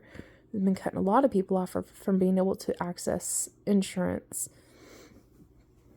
So it's not even like a matter of, can you afford this, or we're going to give you enough money for it, you're going to have to pay a higher rate or whatever. It's just, you just can't get it. It is not offered to people like you. And, this is putting people in a terrible position. Like, the one thing that if you're fortunate enough to be a homeowner, the one thing you have the most invested interest in is your home. and you can't even protect that vested interest because insurance rates are too high. I mean, what's the government doing to fix for that variable for people to make it more affordable in their lives and to help them to protect their property? You know, and let's really get into it, like maybe not super in depth because, man, I would love to make a whole video just about that specifically, but you know, the risks and the threats of climate change. We're having extreme weather events. Things are getting harder to manage, to deal with. The entire infrastructure of America is constantly in this very precarious position of being threatened for utter, you know, destruction with one, you know, severe weather event. You know, temperatures that are, you know, colder than we've ever experienced, rainfall and snowstorms and, you know, extreme heat events and more powerful hurricanes to the point where we're going to have to notch up those numbers, and wind, you know, speeds that have just been incredible. Like, how is this even possible, you know? And tornadoes in places where they ain't used to been before, you know, but now they're, you know, popping up in random places. Like, that's a little odd, but okay. I guess that's, you know, a new norm. And, you know, we have these utterly destructive wildfires that are just, they move so fast and they're so difficult to contain. And even with the most advanced technology and the most well-trained, you know, wildland firefighter crews and, you know, the most advanced, you know, scientific projections of, you know, how a fire is going to proceed and where you can cut it off and all these things. It doesn't matter. When a fire strikes, it is this just, in a lot of cases, unstoppable force, and it comes in and it takes out whole entire communities sometimes. And it's devastating. In an instant, everything's gone.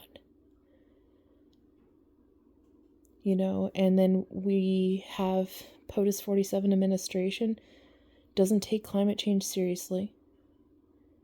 You know, denies it, rejects it, you know, refuses to listen to sound science, you know, calls these people that are devoted public servants who have, you know, spent their whole lives to truly understanding these complex case situations, you know, in a scenario universe, to understand like how to predict these events that could come in and in an instant just lay everything to waste, and to try to get a wrap around the understanding of the potential risks there so that we can, you know, solve for that risk, to try to mitigate the impacts, or to hopefully, you know, keep ourselves out of harm's way, or to have some knowledge to be able to fight back and solve for the problem. Instead of listening to scientists, you know, people like Trump, you know, who claim that they, you know, have a better understanding about everything, you know, he's really just naive about it, and he doesn't care. He doesn't care to know. To him, it's better for him just to say that I know, but doesn't actually care to know. To the point where he's not informed enough to be able to make decisions that, you know, can make sure that we're preparing ourselves in these areas of deep concern. And so, you know, we're having these more intense weather events, and we're having these fires that come in that just ruin everything, and these people are left homeless. Some people lose their lives, you know, not to forget to speak about like all of the ecosystems in the biota and the wildlife that have now been either killed or displaced, you know, and so much of our, you know, nature and wildness is already fighting just to, you know, have some relevancy in our, human conscious, that we don't totally take them over and, pave everything over like this is, the movie The Lorax, and, what's a tree?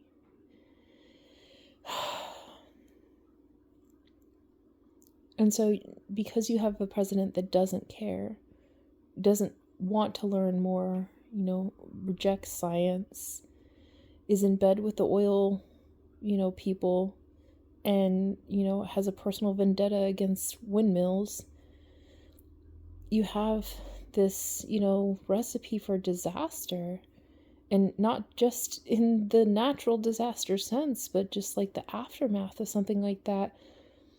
To not have the capacity to respond most effectively when these things happen, you can't prepare for what you don't believe in, and you can't anticipate what you ignore, and you can't solve for things that you don't measure. And so if you just disregard this stuff and pretend like it doesn't happen, turn your eyes, whatever, when a storm happens or something, your response is to be mad at public officials for not figuring out how to stop these things, like how Trump got all crazy pissed off and mad about, the LA fires, and like, you should just you don't have any water because of the water's trapped up here, and then he forces the release of this water that takes away the water from all of the farmers that were expecting to use that, sends it to somewhere where, it's useless, and denies all these other people their water because he thought somehow he's going to turn on some magic tap and it was going to go to be able to put out all these fires. And misinformation. He's getting information from people that are, intentionally deceiving him and misinforming him, or they don't know any better and they give him, conspiracy theories, and he takes it as reality and he operates off of bad information. And instead of checking sources and making sure that he has all the relevant information, and to speak to relevant stakeholders, like people on the ground who are getting real insights of it, he operates from this place of, acting like he knows everything, and, blaming everybody else when it proves out that the thing that he was so sure about was actually wrong, and him not taking accountability for it, the problems that he caused, and instead, passing it off well, what about them? They did this, and then trying to blame, public officials like it's their fault that, natural disaster came in and their response was inadequate in a lot of ways. And, people were angered and frustrated because they thought maybe if something more was done, then, would have better outcomes. And it's totally understandable to be in that situation. But instead of, POTUS 47 coming in and saying, this is a sure sign that we need to be more ready for these sorts of things, to respond so we don't have such a traumatic, impact. This is what we're going to do to prepare ourselves. We're going to help our cities to grow robust resilience and response. We're going to make sure that we have, firefighting capacities that extend beyond just needing to have water on the tap.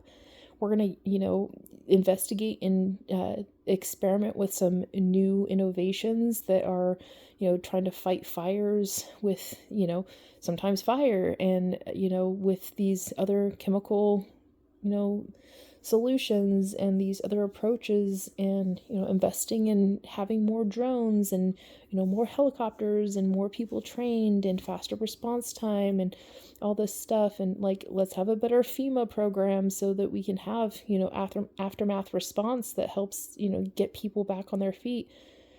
None of those things, there was no pragmatic approach to it at all. And, Trump completely forgot about the LA fires, not even on his radar. It's if it's not the current event that is being talked about on Fox News, then it does not exist. You know what I'm saying? In Trump's world, like it's not a thing. It doesn't really exist.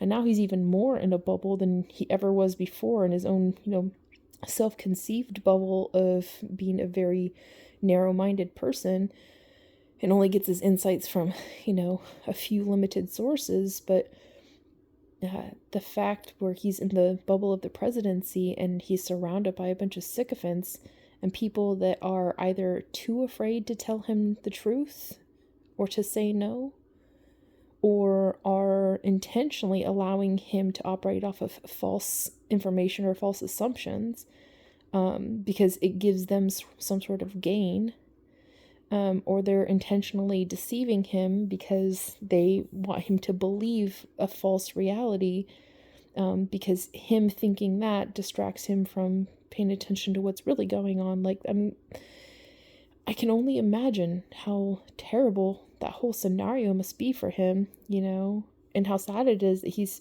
surrounded by a bunch of untrustworthy people who are, probably don't actually really care about him. They clearly don't care enough about him to want to see him succeed at being a good president, and to leading the nation into the greatness that he promised everybody. Instead, it's just this, like, terrible setting everybody up for failure on every metric in every way, and all of the ways that he should be providing, provision, accommodate, steward, support, inform, encourage, like, all of these things he should be doing as a leader for all Americans. He should be leading all of us, or it's not leadership at all, and he's failing to do all of those things. And he's so caught up on himself that he doesn't, everybody else's cares and concerns just doesn't even register on his radar.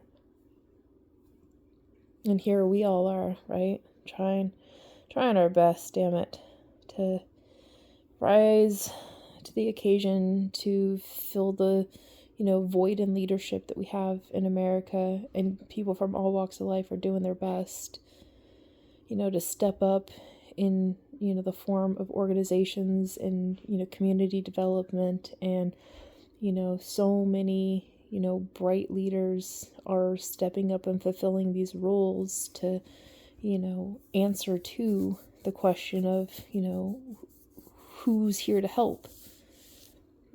And, a lot of other people that are coming and showing up and standing up and saying, I'm here to help.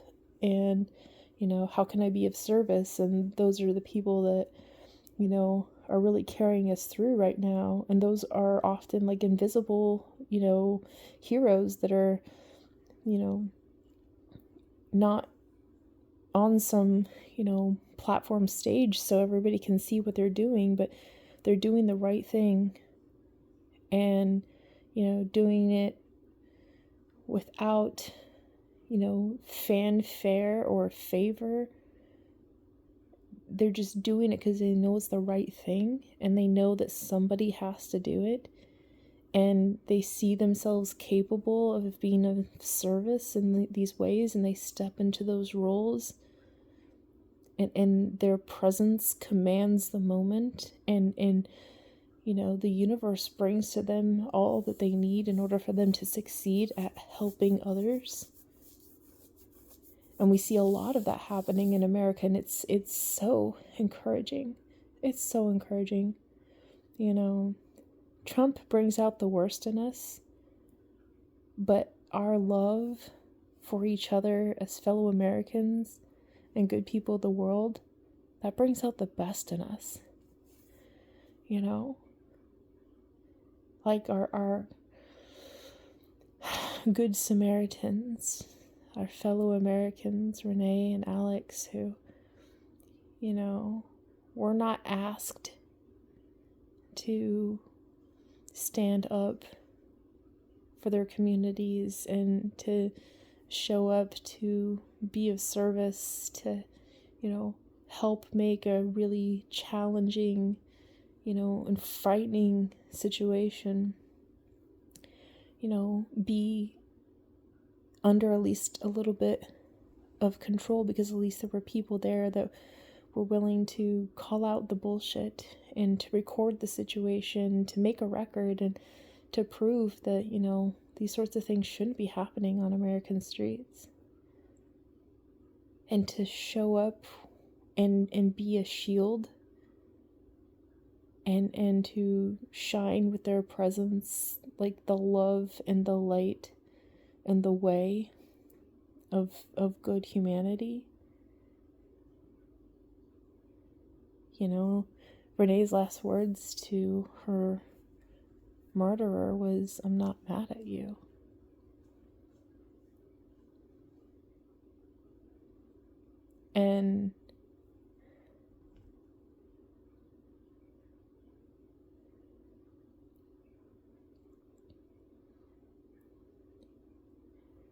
And then watching the videos for Alex being under attack by the ICE agents, and watching him go to the aid of, his fellow human who had just been assaulted by these ICE agents. For why? For why? What were they doing there? What were they trying to accomplish? It's not like these people were coming at him like they were gonna hold them down and stop these ICE agents from doing whatever they were doing. They're videotaping him to prove the point. You guys shouldn't be here doing this stuff because it's wrong, and it's wrong. And you wouldn't be coming at us being all mad for us videotaping it if you were doing the right thing. You would have nothing to hide. And yeah, we're gonna, stand here and protest because we think what you're doing is wrong. We don't want this kind of stuff in our communities, man. You're bringing us down. You're bringing down the vibe of everybody. You're making the situation terrorizing and threatening. The person can't even go get a damn coffee in peace without having to, evade getting in the way of, some roided, raged up, dude who thinks he's a paramilitary force there to, intimidate everybody into falling in line with their orders. And so, these people, push this woman down in, this violent way, and, and the road clearly was icy, and Minnesota's a cold place, man, and so Alex goes over to try to assist her and to get her up. Clearly they were situation has gotten out of control. How did it go from us sitting here videotaping you to you coming over and shoving us and pushing us and yelling at us and screaming at us and threatening us, And so Alex goes to try to help his, fellow bystander, and then the level of the entire situation got turned up more notches by these ICE agents. Not only did they put hands on the people, and Alex, in one of the videos that I saw him say, "Don't touch me." Why did they touch him? What did he do? What were they doing? And going from laying hands on him to bringing out, a chemical irritant, and, then just full body tackling him, why? And why were so many guys against, one person? And what for? What were they trying to get at there was my question. What were they trying to accomplish? Was this because they were trying to arrest him? For what? For observing them?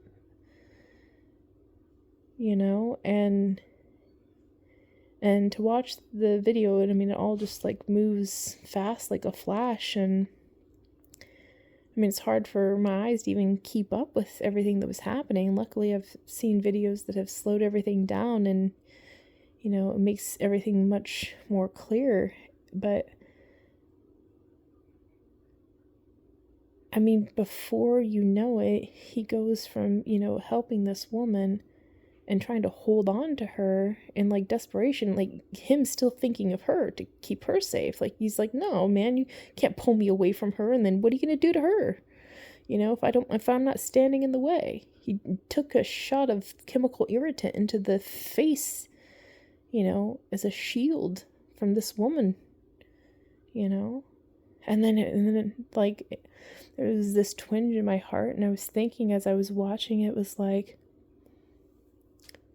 what if Alex didn't step in and intervene on behalf of that woman to shield her from the ICE agents turning the full force of their, attack on her?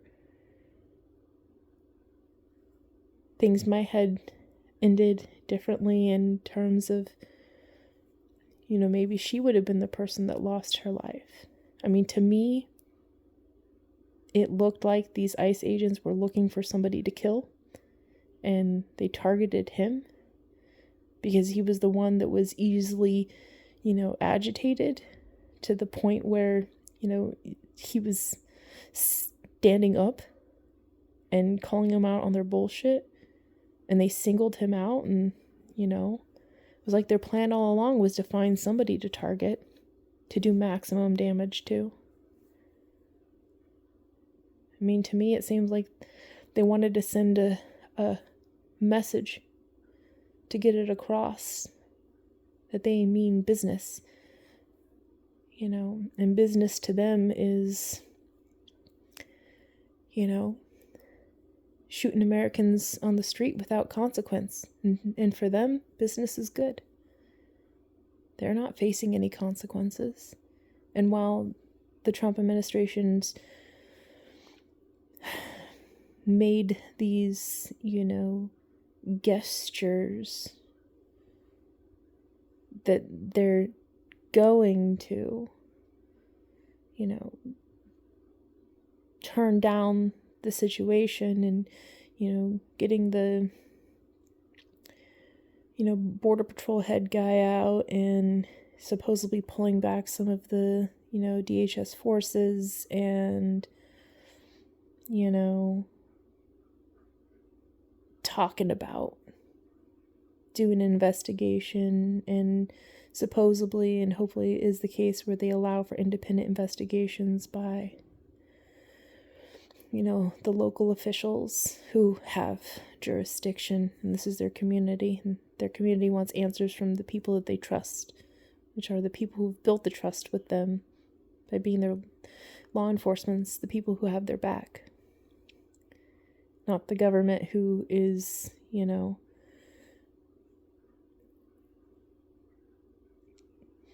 immediately jumping to conclusions of, trying to paint and cast every protester as a paid agitator, probably working for, the communist China, and they're coming here to like disrupt America and shine Trump in a bad light, and, all of these things. Like, these are not paid agitators, they're just people, man.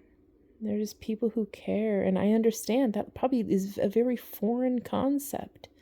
A very foreign concept to a lot of these people. Caring about others enough to stand up, to protect others, to stand up against bullies that are trying to harm others. Like, I understand that's a really hard concept for a lot of these people to wrap their heads around. But to me, it looked like these ICE agents, these Border Patrol agents decided that they were going to come in on this day somewhere in the streets. And, they were looking for trouble. And that seems to be what they're doing every time they're out there. They're looking for trouble. And it may be because they're operating off of, the orders that, Trump wants to inflame a situation where, he could be justified in, inciting the, right type of mob to rise up so he can evoke the Insurrection Act and then he can really go to town with the type of, heavy hand that he wants to use. Because although this has all been very extreme to the point, people are losing their lives, but this is nothing compared to what a Trump unleashed would be, and he's itching to use that power. And so, yeah, I honestly believe that, his people who were deployed in excess after Renee was murdered, Trump, sent more people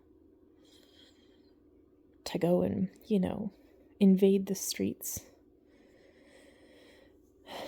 And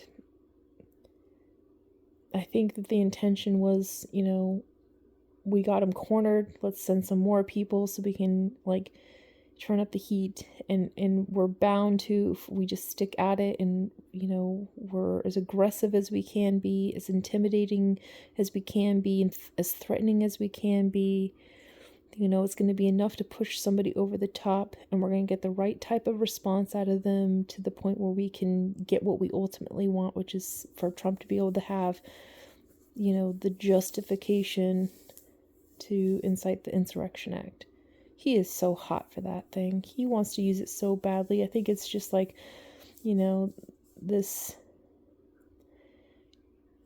this thing, this untouchable thing to him that he just has to have, and I think that once he gets it, he's gonna use it to the fullest extreme, and then, he's just gonna expend the use, and then he's gonna be bored again, I think he's doing this out of boredom, not out of intentional trying to resolve something, but shits start so that he can have some fun with all the buttons and levers and commands and controls that he possesses in the position and power and authority of POTUS, and that's the one that he really wants to use, man. He really wants to use that one, so he's just trying to find an excuse to do it in such a way where he could probably, maybe, likely, at least to some extent, get away with it without being immediately impeached. Because I think he's going to go wholeheartedly all in for it.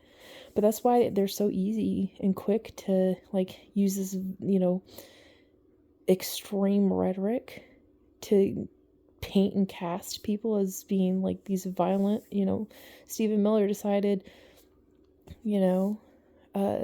that Alex was an assassin and, coming to execute all those ICE officers, and J.D. Vance was all in on supporting that narrative. Christy Nome before Alex's body was cold, even given the cold temperature, she's out there saying, here's a guy who was coming to inflict massive, damage on these people in this area.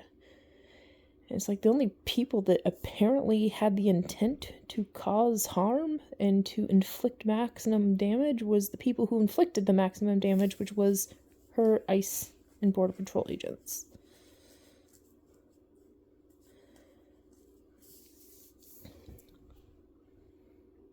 And, the situation wasn't even like it was. What does the Department of Defense like to say? The fog of war, the fog of war. There was no fog in this situation. There was, a lot of commotion and a lot of things happening because you saw a bunch of Border Patrol people all attacking and ganging up on one guy, and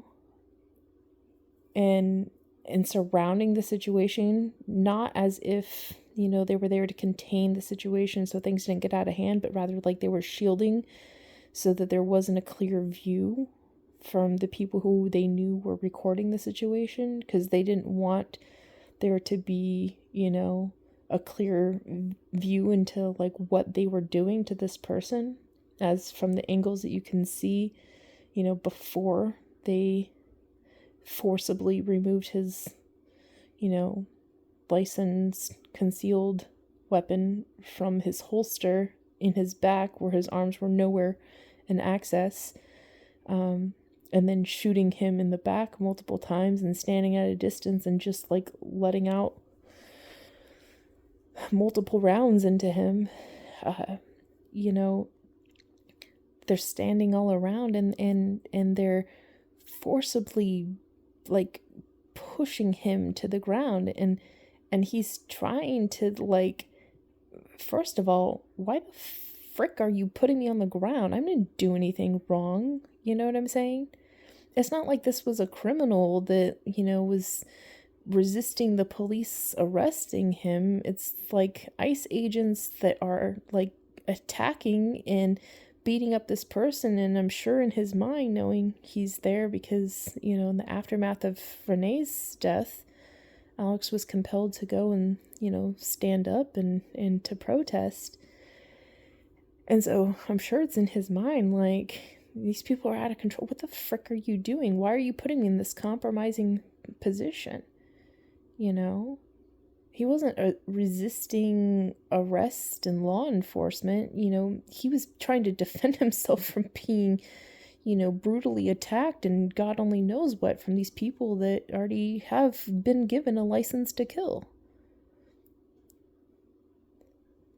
And all these agents are standing around like they're trying to, prevent people from getting a clear shot of what they were about to do to this man.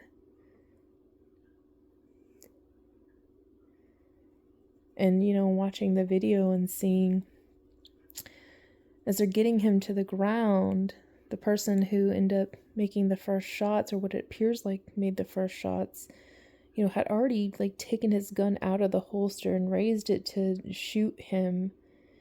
And he has a clear view of Alex on the ground, his back arched up.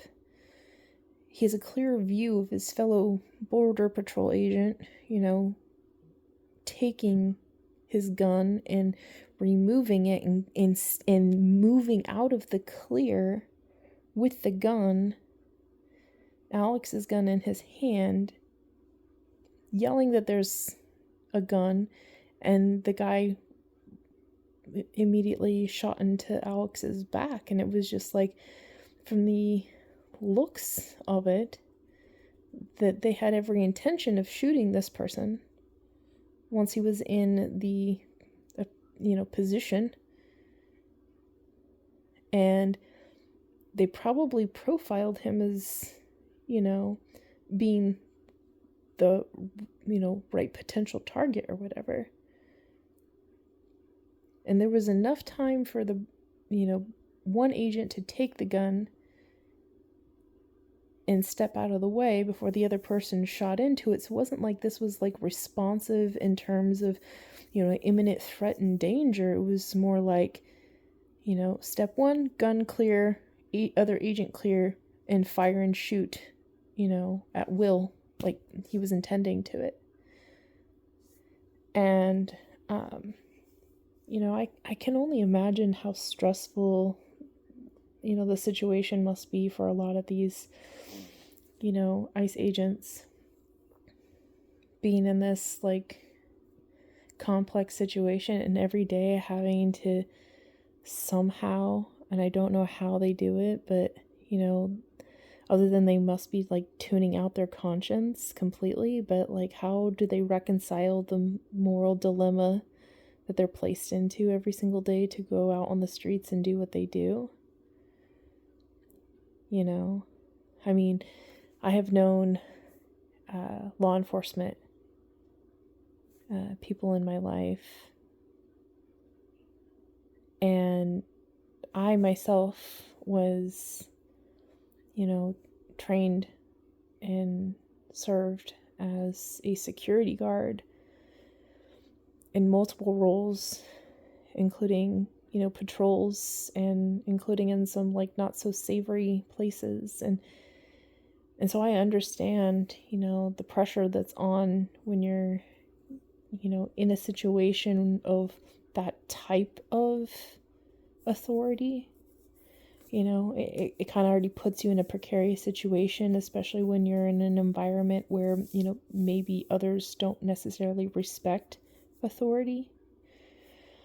And especially for them, like, people aren't really respecting the authority of ICE because, like, they brought this on themselves for being assholes, and going about conducting their business the way that they're doing is like, they haven't done any of the hard work to, like, foster rapport with the communities that they're going into, because they don't care to do that. That's not what they're about. They're there to, inflict maximum damage and intimidate people, and to go and just rip people off of the streets and do it in a violent way so it's spectacle, and make sure that they're recording so they get the camera, create the content. And so, like, already being in this really challenging situation, how are they reconciling this morally? I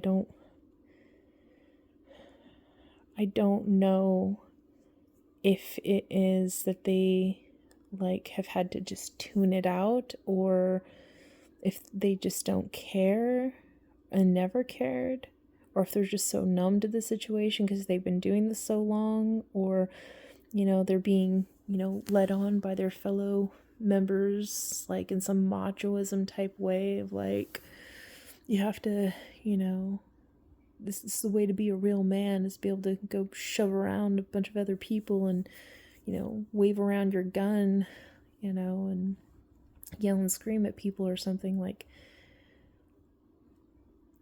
regardless of, the fact of the matter is, like, there's a lot of those people that are serving as ICE agents that are doing a disservice to all people who wear a uniform and patrol the streets and serve as law enforcement. They're actually making those people, law enforcement, less safe. And law enforcement works very, very hard to establish rapport in their communities because they don't want to be feared. It makes me fear for other law enforcement agents because they're getting the bad rap. ICE agents are reflecting poorly on, the mission of service in that capacity. And they're breaking down what has probably taken years and decades of trust in communities, that people can trust, that, people that, stand behind a badge are, people there to help, not to harm. And I mean, you're already going into a community that has a very fragile trust with law enforcement based off of what happened with George Floyd. And this community worked really, really hard to build back that trust. And these ICE agents are doing a disservice to all of those police officers, because those people now are put in a, precarious, risky situation where, there may be individuals within their community now that have been outraged by what is happening with ICE, to the point where they look at anybody from, position of law enforcement authority as, being a threat. And so, you have no idea how those people are going to respond when left to their own devices. And I think that, the community in Minneapolis especially has done a really good job of coming together. The public officials have been so professional and so poised. I mean, Mayor Jacob decided to throw a few curse words out there, but I stand with him. I agree. ICE needs to get the fuck out of there, man. But no way are, the mayor or the governor, like, enraging people and causing people to do harmful things. I listened to their, to their press meetings, and they're saying, we respect everybody's First Amendment right, but please just do it safely. And, please don't destroy property, because that costs us ultimately. Use your amendment rights. We respect them, but do so peacefully. And don't give more fuel for the fire for Trump to use it to justify doing even more fucked up shit to our community. We're already hurting. Let's not make matters worse. And then the Trump administration has the gall to try to, attack and investigate the mayor and the governor, for they're inciting insurrection. It's like, the only person that's inciting an insurrection is Trump himself, and this ain't his first rodeo. And a lot of the same people that were standing the ground to, participate and contribute to the first insurrection were they're on the streets right now trying to instigate a new one.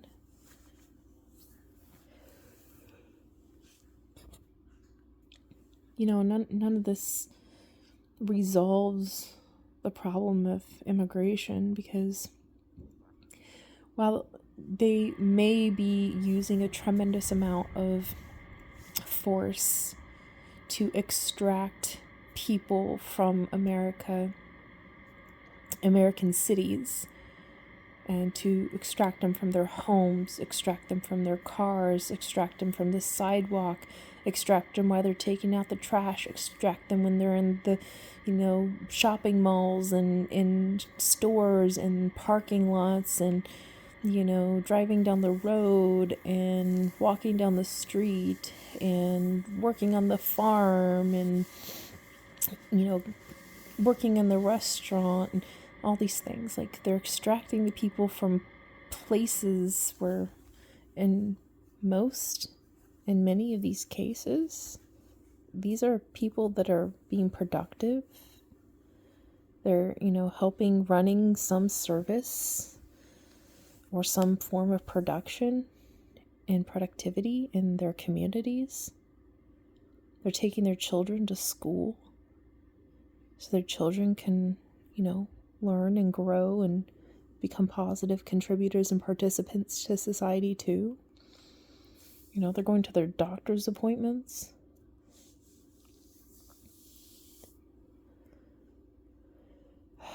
And they're taking people from these places of belonging. And I don't care if they have, the rubber stamp or not.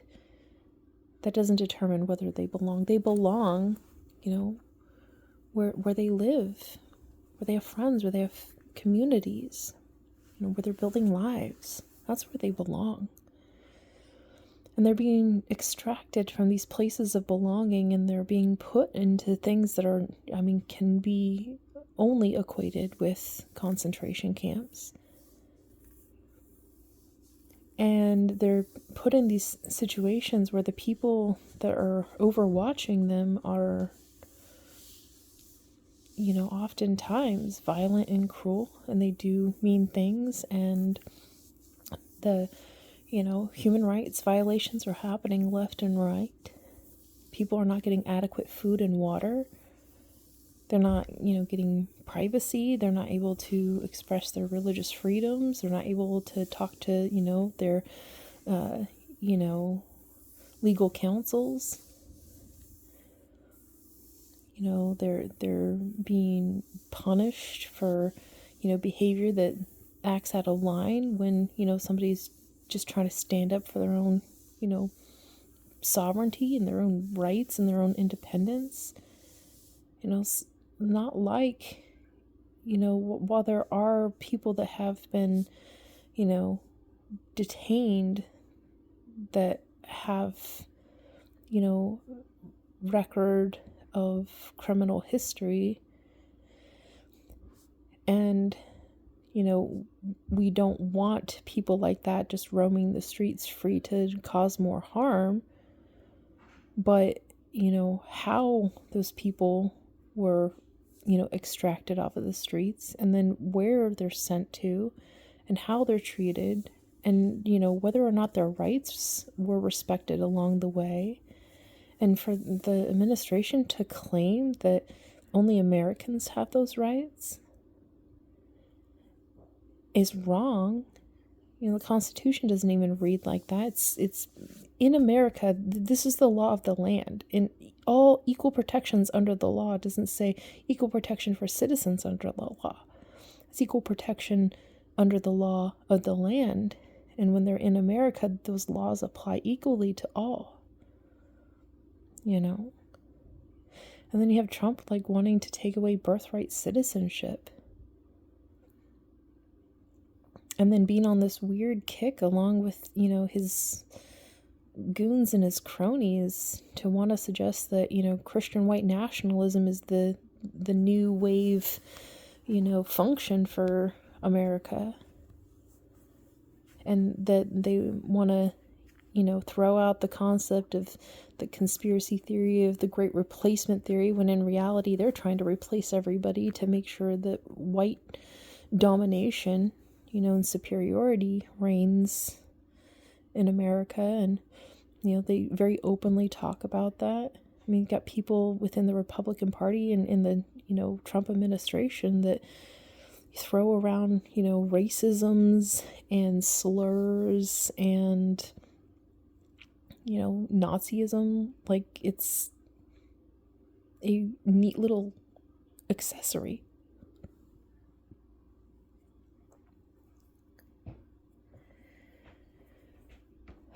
And these are people that are making decisions over your life, over the life of others.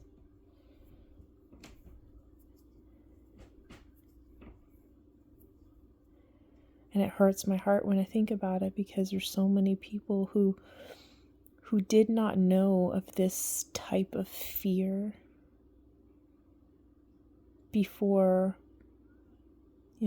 Trump came in to office as President 45 and 47. People didn't know this fear.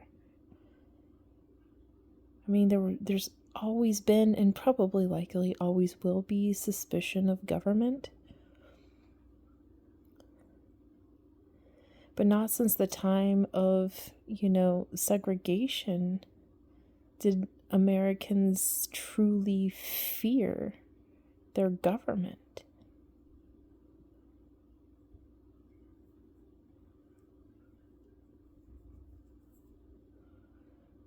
And to me, all lives matter.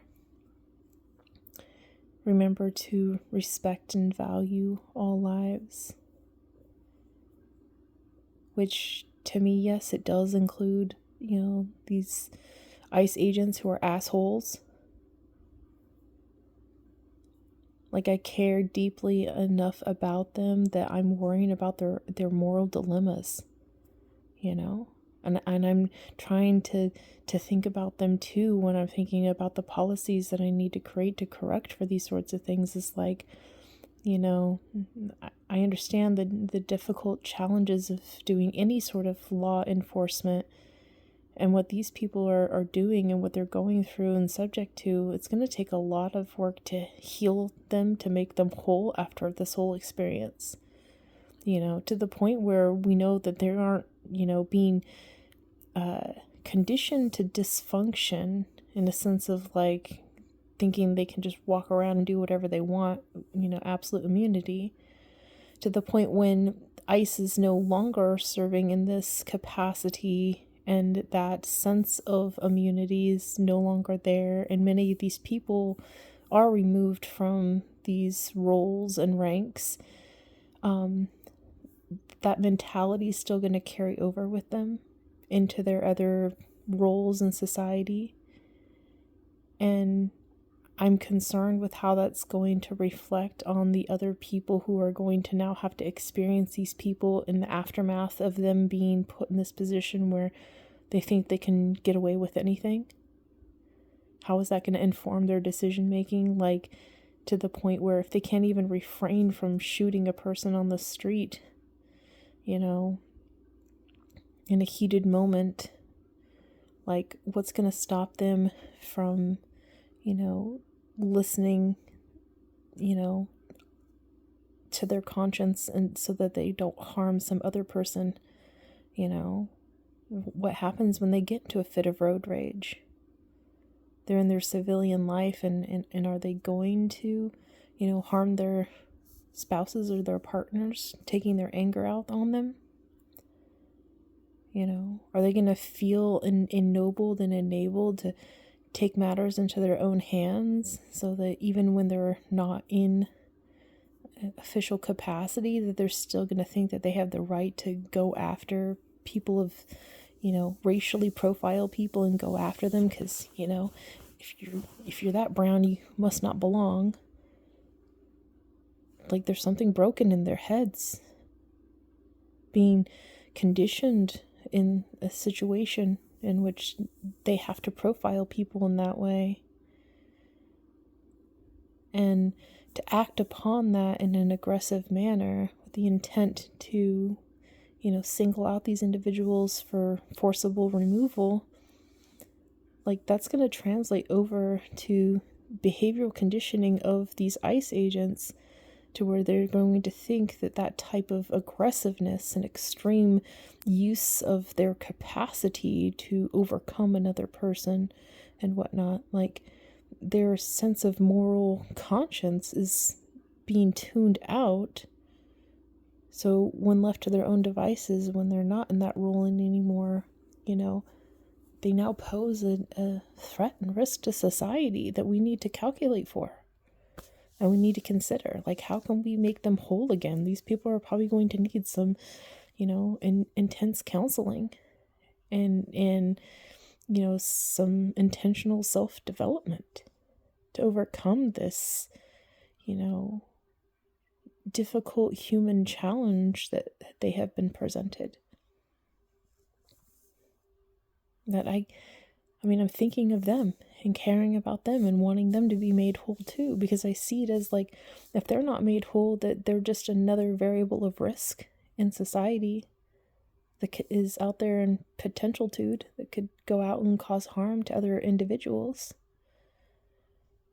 And then I see the people who have been impacted, like, something that has ran through my mind quite a few times while watching the videos of what happened to Alex, was the woman that was standing on the curb, kind of like moving back and forth, videotaping the events, as she's seeing through her camera, like, the other woman get pushed to the ground, Alex go to assist her, and all the agents come and surround Alex and then, like, throw him to the ground, and, like, you can hear the person who's making the video, she's yelling at them, like, what's happening, like, questioning, like, this is wrong. And then all of a sudden the gunshots go off, and you can see in the way that the video is, like, played out, this, like, hesitation and uncertainty of, like, what to do, and the screaming. And I'm thinking of that woman, and I'm like, she needs to be made whole too.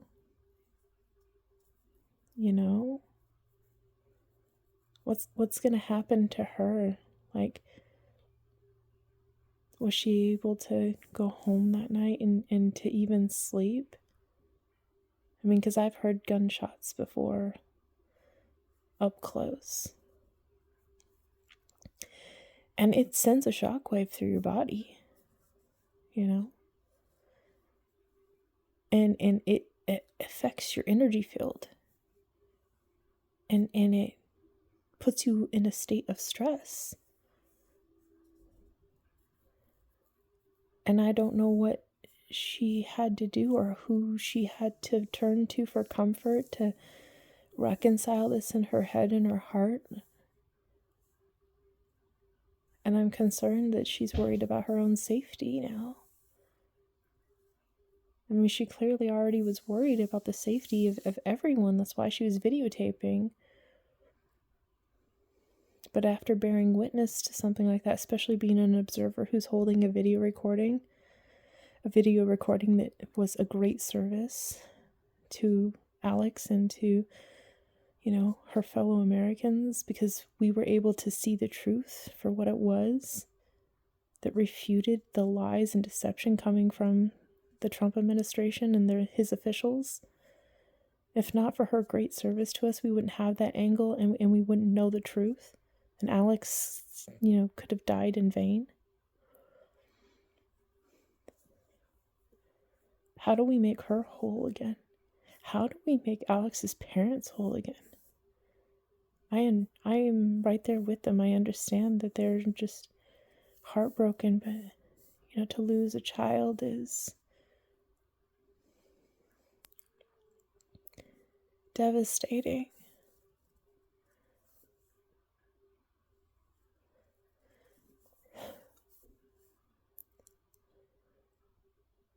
But to have the President of the United States and his officials characterize the situation as justified before any sensibility of an official account of what happened comes to light. You have Stephen Miller calling this person an assassin, and putting myself in Alex's mother's shoes, I'm just thinking to myself, like, how dare you speak of my child that way? You have no fucking idea what you're talking about. How dare you speak ill of somebody who has more heart than you will ever have? Disrespecting his memory, using Alex as this, proof that they're justified in this administration to carry out these wretched plans of racism and extraction and, yes, execution. To try to paint and cast this person that was victimized, whose life was taken away from them, to cast them in a light in order to cover the asses of the people who made the terrible decisions all the way up through the chain of command. And who does the ultimate responsibility rest with? The President of the United States of America. And what does Trump do? Blames the mayor and the governor for bringing this on themselves.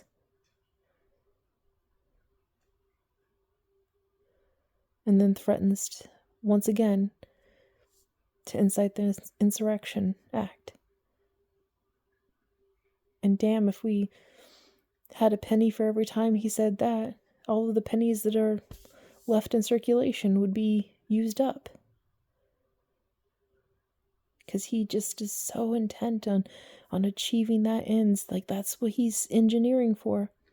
That's why he's so willing for the situations to get as out of hand as they are, and to turn up the heat and turn up the pressure and send more troops, into an already volatile situation. People have not even been able to fully grieve what happened to Renee.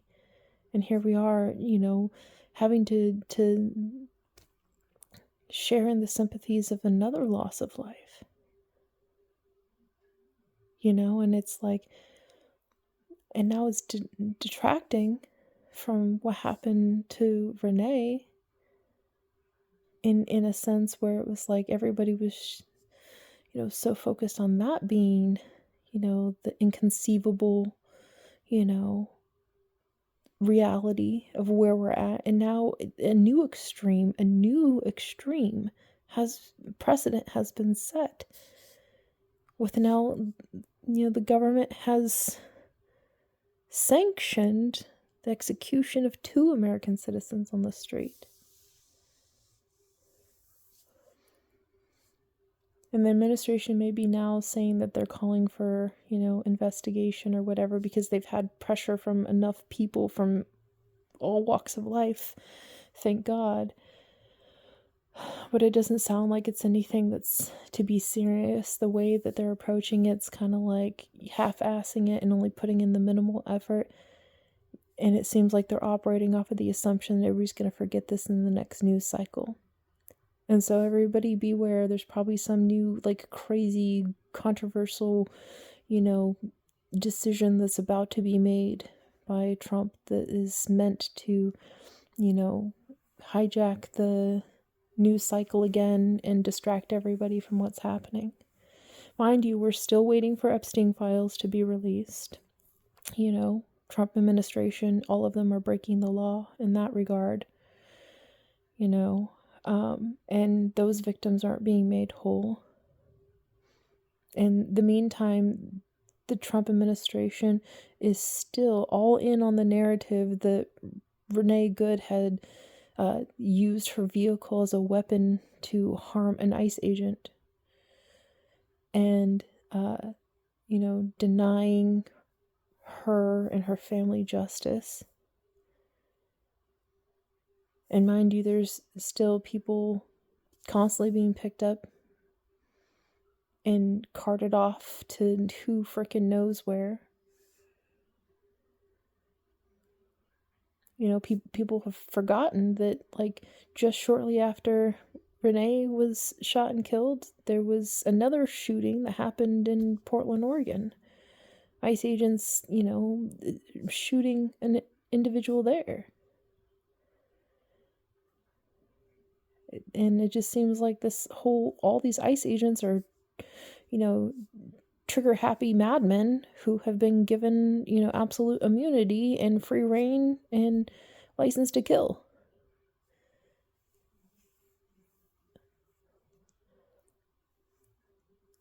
And so does anybody believe that this is the end of it? That this is the last time we're going to see an American citizen pay the ultimate price for the bad decisions and bad policy of the POTUS 47's administration and their conduct with ICE and the utter incompetence of Kristi Noem?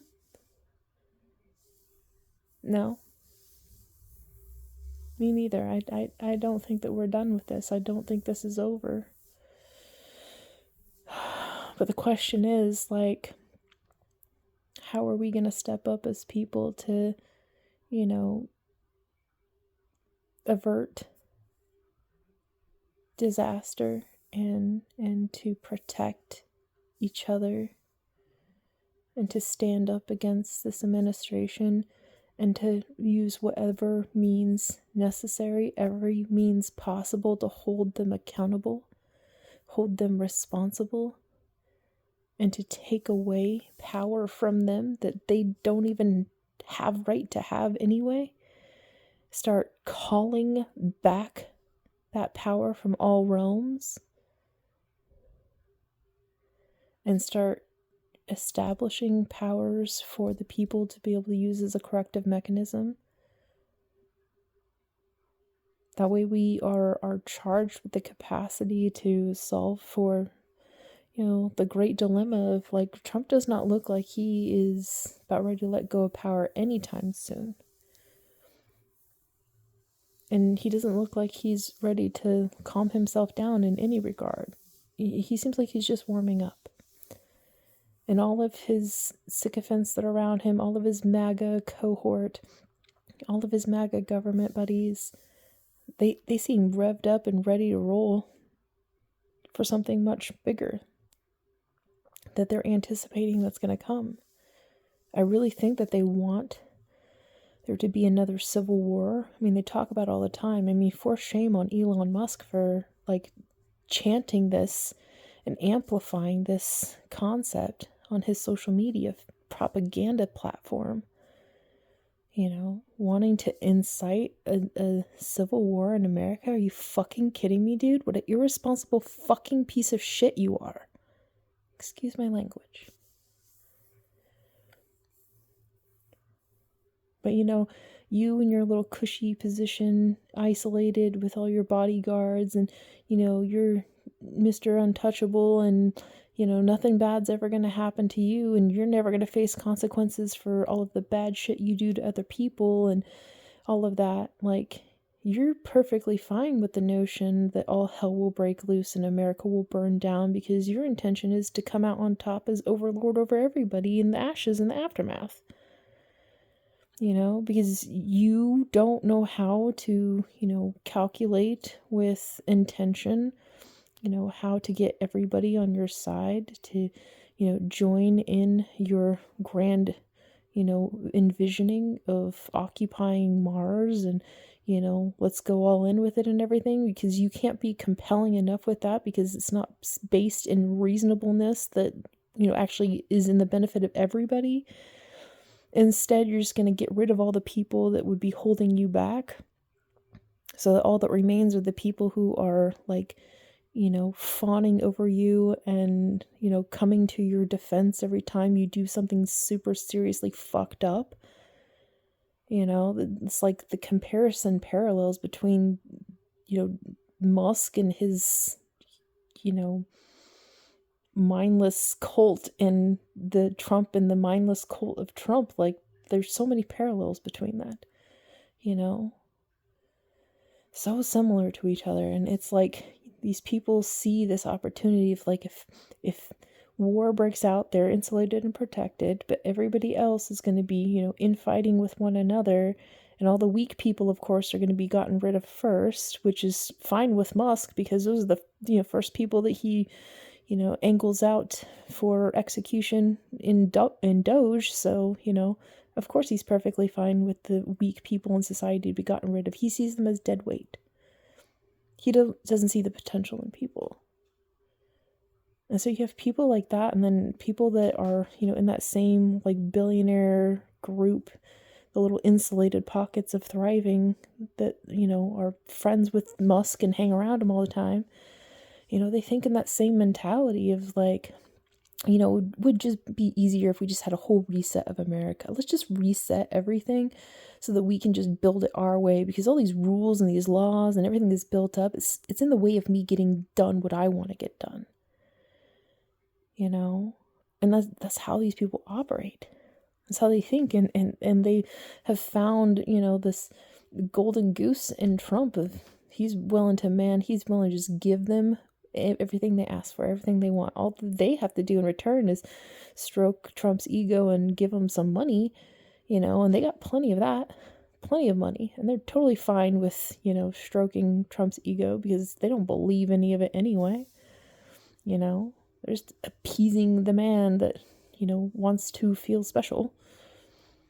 In the meantime, these other people are plotting and skewing systems and rigging them into favor of themselves. And their intent is to leave whole populations of people behind. The futures that they're building out for only serve a few people, and will only come at an extreme disadvantage of everybody else. And people will have to die in order for them to succeed at what they're trying to accomplish. And the easy solution for them is, like, if civil war breaks out, America can be, destroyed, and then we can build something up better in replace of it. And they want to have laws and rules to be able to do all these, like, really fucked up human experiments and all these crazy things that they want to do, to advance their weird technocratic, fantasies. And they need everybody else to go away, because those people who don't want that type of future are, not going to stand for it. Like, we don't belong in that world. We don't want that. It's like, oh, well, you're either with us or you're against us. And they're turning tables intentionally against and creating factions and rifts and, spreading lies and conspiracy theories, like, to create illusions. So, people are no longer, like, just questioning, what is the truth, to like instead questioning reality itself. And in that state of chaos and disorder and disorientation, man, these people in that deviant echelon, as I like to call them, these upper echelon deviants who are all self-interested and self-centered, they're working hard to rig systems into their favor and finding new and fucked up ways to exploit everybody else. And sometimes just for shits and giggles. They like it. They have fun with fucking with people. And Trump's about that too. He likes getting on his little social media feed and yelling and screaming at people in his all caps mode, calling them all kinds of like really stupid names, just because he likes the inciting of anger and all of the likes that he gets from everybody, because he needs that instant, hit of ego boost, and he likes to see that his one comment can incite people to go out into the world and do things on Trump's behalf. It makes him feel good about himself, that he has a capacity to move whole populations of people. He likes to see how he can bring out the worst in people. And to me, that's just wrong. That's just so wrong. But it's like birds of a feather. You see Trump and you see Musk hanging out with each other. Man, they get along so well, don't they? Because they have, one great goal in common. To become, the masters, the overlords, the one that rules them all. These people have in common the fact that they don't care about the common human touch. They don't care about the common man, the common people.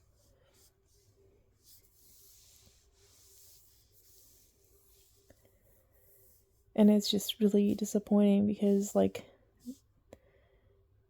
imagine the human ingenuity of these fucked up people. These bad actors with nefarious intent are using brilliant human ingenuity for nefarious purposes. And I just keep thinking to myself, man, if they just turn that in towards something that was good, constructive rather than destructive, they could do a great service to humanity, and the world would be such a better place for it. But man, they just don't care. The attitude and the direction of their heart is that they just don't give a fuck about you. Yes, you and anybody else. Anybody that's outside their little insulated, isolated pocket of thriving. And to me, it's just such a disappointment because, here I am. I even care about them. And I want to see them succeed at being their best version.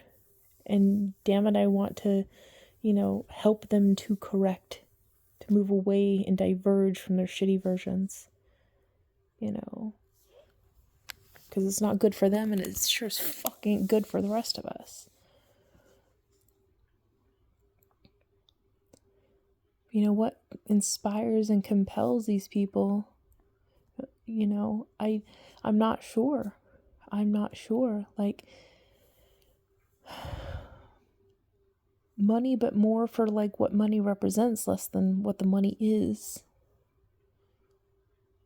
And I think they just like to feel like they're the ones that are moving the world, shifting, outcomes and engineering outcomes, and they like feeling like they are the ones that are doing that. But they don't seem to like really care about how they do that. They don't care about the how. I don't even really think they care about the why factor either. I think it's more just like, to get at this ends, I'll do whatever it takes as long as this ends is achieved, because that's ultimately what I want. And then once they get that, they're still not satisfied, because that's, it's never going to be enough to fill that void within them, this need. This insatiable hunger that they have is never going to be satisfied. And they're just going to consistently create more legit cycles of conflict with people. They're going to pick fights with whoever they can. They're going to target people's weaknesses and vulnerabilities. They're going to, point out and isolate out and carve out and corner people that they can attack and exploit and take advantage of them. And then you see that same type of mentality go across all these people in the deviant echelon. Because, the deviant echelon isn't just about the upper echelon of society where these people have massive hordes of wealth and capital, agency, and resource. It's also, people in the lower runs of society who have deviated from the sensibilities of we're all in this together and deep respects for your fellow human, and have joined forces with these other deviants who are highly concentrated selfishness, and they all are self-reinforcing one another's terrible tendencies and terrible humanity, and, reinforcing the sense of like, it's a dog eat dog, mighty crush the weak, free for all hellscape, and take joy and pride in getting your own and, fuck everybody else. And it's funny that, all these other people are getting left behind and whatnot. And it's just terrible to watch people be that way. Because, there's such a huge part of me that looks at them and it's just like, who hurt you? Like, who hurt you and how and when did it happen? Because, you're really damaged as a person. Because I don't think that you would be acting this way and behaving this way and doing these things, if you were a whole person and you were complete. There's something about you has damaged you to the point where you're not whole right now. And a big part of me wants to help them to heal. And, I don't know how I would be able to do that because, because of who I am, I can't break past their barriers and the boundaries that they've drawn for themselves. I will never belong in their world. A lot of it because I choose not to, but a big part of it is the fact that, they have this standard by which if you don't meet certain variables, you don't matter to them, and they will never have respect for you. And so it doesn't matter, you could have the most brilliant insight, you could have the most tender, compassionate care, you could want so very much so for them to just be whole and to be happy and to be well, and none of that will matter to them. Because they're so far gone in this sense of being denied that wholeness for however long it's been in their life that they no longer believe that, that completeness exists or that it's available, accessible to them. Maybe they have filled their life with so much other darknesses that have created voids in their soul that it's even itself out to the fact that they no longer sense that gaping, ineptness and inefficiency and, loss that they're having in their lives, to the point where it's just imagine it like Swiss cheese. They have so many holes in them. And they'll never be made complete until they're willing to do the good, hard, and necessary work of self-development to heal those holes, But gosh, I wish they would do it, because the world would be a better place, because then they wouldn't be their shitty version anymore, and it's only their shitty version that wants to harm other people and ends up making decisions that harm other people.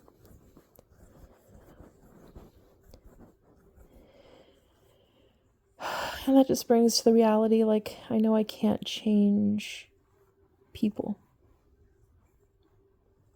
I don't have the power to change people. I can't make someone stop being the way they are.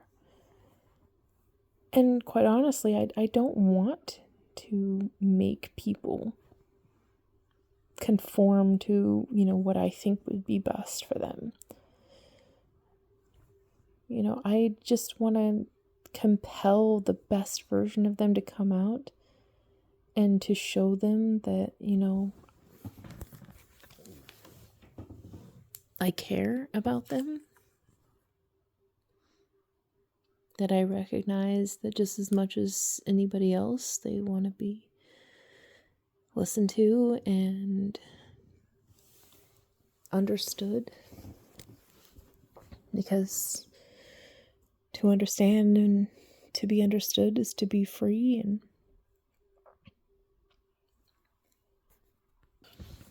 And sometimes I just wonder if all they need is just a hug and for somebody to say, you're cared for and you're cared about and you're valued and you're appreciated, and I know you are better than this, and I'm here for you to help you in any way that I can for you to succeed at becoming your best version. But also I will be here to remind you in all the ways that you're failing at accomplishing that. Not because I want to shame you or blame you, but I want to remind you that I see you. I see you for all that you are, and I care enough to want to see you, become all that you have in potential, because there's something within you that can do such incredible things to make the world a better place, and I believe we need all hands on deck. We need all people at their best. And so you see my dilemma. I'm constantly reconciling the fact that I see the shitty piece of shitness that everybody has within them, but I also see this beautiful, limitless potential.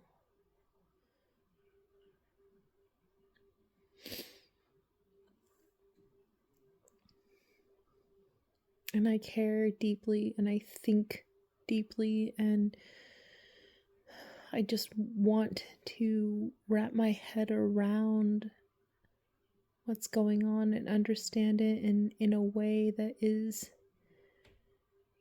cares enough to know what is in the realm of possibilities, what's in the realm of potential, and how might we, engineer for the type of outcomes that we would want that brings out the best potentials, focuses on the good so the good can get better.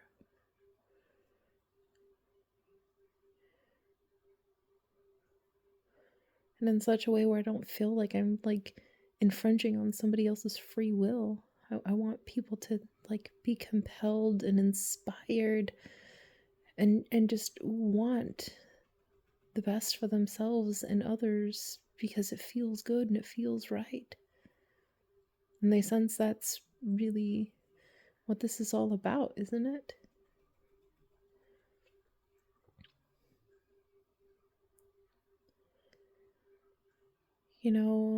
And with all of those things, I think that would make me such a really good president, because I care deeply about everything, And I know I'm not, an extremely, successful person by American standards. But I think I represent a different standard in America, the one that's the real standard. I represent the criterion echelon of society, and I'm not wildly successful. Well, because I represent the fact that most people aren't by America's standards, Most of us are just getting by, man. And I'm not complaining. I'm content with all I have. And, I don't want for anything. And my life, would be easier if I had more financial capacity and definitely more comfortable. But, I don't look at my life as being anything but like a sincere blessing. And Jah always provides anything that I need.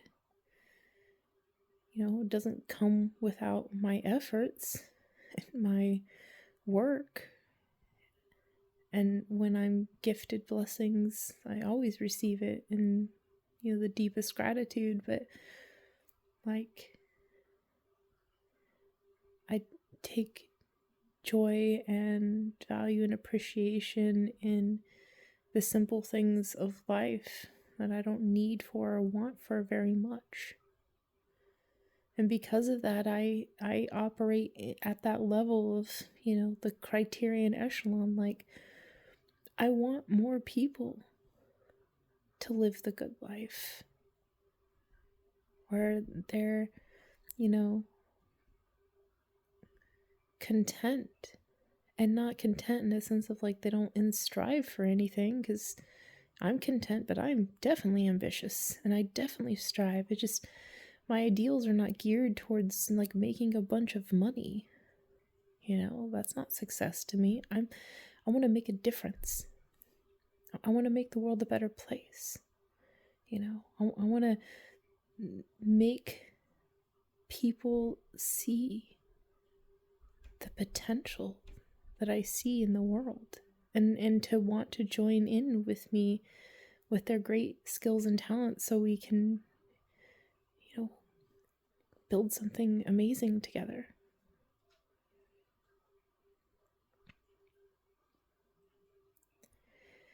But the fact that I represent the criterion echelon of society,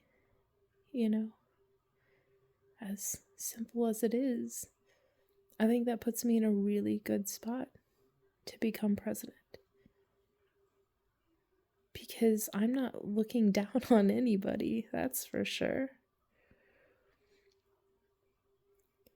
And I have, come from a lower point than this. I have raised myself up to this standard, so I know what it's like to be even lower than this.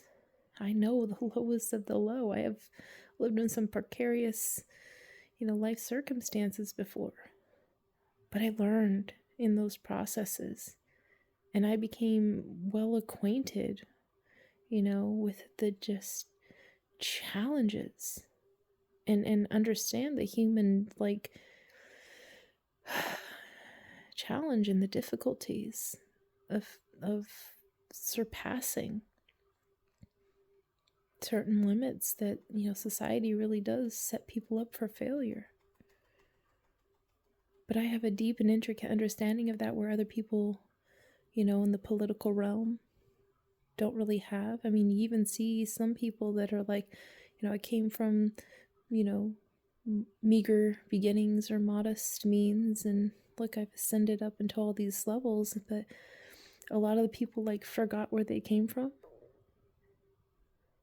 It's one of my favorite things about a lot of rappers that I've listened to over the years, and learning about their backstories, and seeing how, no matter how much a tough persona, or I'm a badass and, envy me type of ego flex that they, spit out in their lyrics, the person behind all that, man, they're a service to their community, and they give back.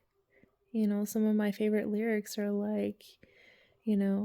I while you're out there getting your own, I brought back to my home,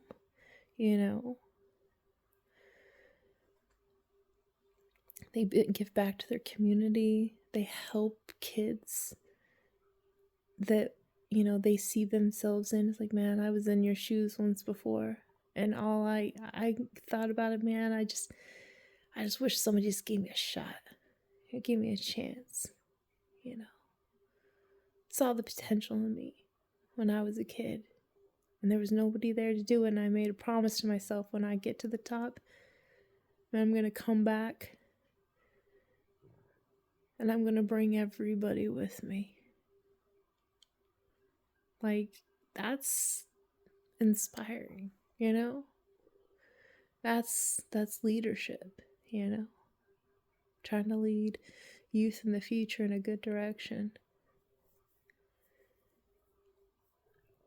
And that's more my people, you know, people that are not like trying to get their own and weasel their way to the top and secure themselves in some hedged position where, you know, they're living in the comforts of life and all that. Like, it's good to strive and want for great things for yourself and to want more and to grow. Like, I am all for that, guys. Like, have at it, man. But, you know, what's the saying? Like, if you want to go fast, go alone. But if you want to go far, go together. And it's like, you know, a thing that's stuck with me for so much of my life. Like, always in the back of my head, and only in the times of like real, like, personal dilemma challenges does it come up in the phrase of just thinking like nobody gets left behind, you know? That's really like how I've crafted my language over the years, just like really try to pinpoint my so-called elevator speech so everybody knows like this is what I'm about, and I can tell you as fast as possible, you know, the dog rolls sum up. It's crafted and cultivated to the point where now I can say it's like I really want the world to work for everybody without the disadvantage of anybody, so nobody gets left behind or kept behind and everybody lives the good life. And I say that with conviction, and I mean it. Like, I really want that world, and that's what I'm working towards, you know? And when I consider the premise and the purpose and the vision and the strategy of everything that I'm working towards, it's always in my head, how do I make sure that this works for everyone? How do I make sure this isn't some sort of disadvantage for anyone? How do I make sure that this isn't something that's going to end up keeping somebody behind while others advance, or, you know, hold them back in some regard, or leave them behind, like, you know, we're going and you ain't coming. Like, I need to make sure that that's not what's going on. And then I want everybody to live the good life. And again, the good life isn't the same for everybody. It looks different for everybody. It's like what the founding fathers meant. Pursuit of happiness. It doesn't say life, liberty, and everybody's a millionaire, because maybe that's not happiness for some people, you know?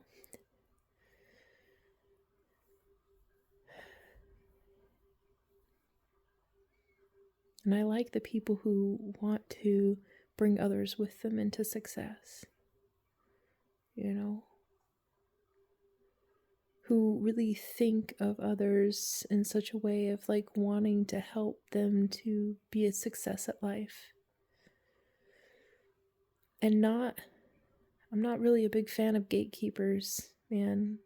It frustrates me, because it's like, you know,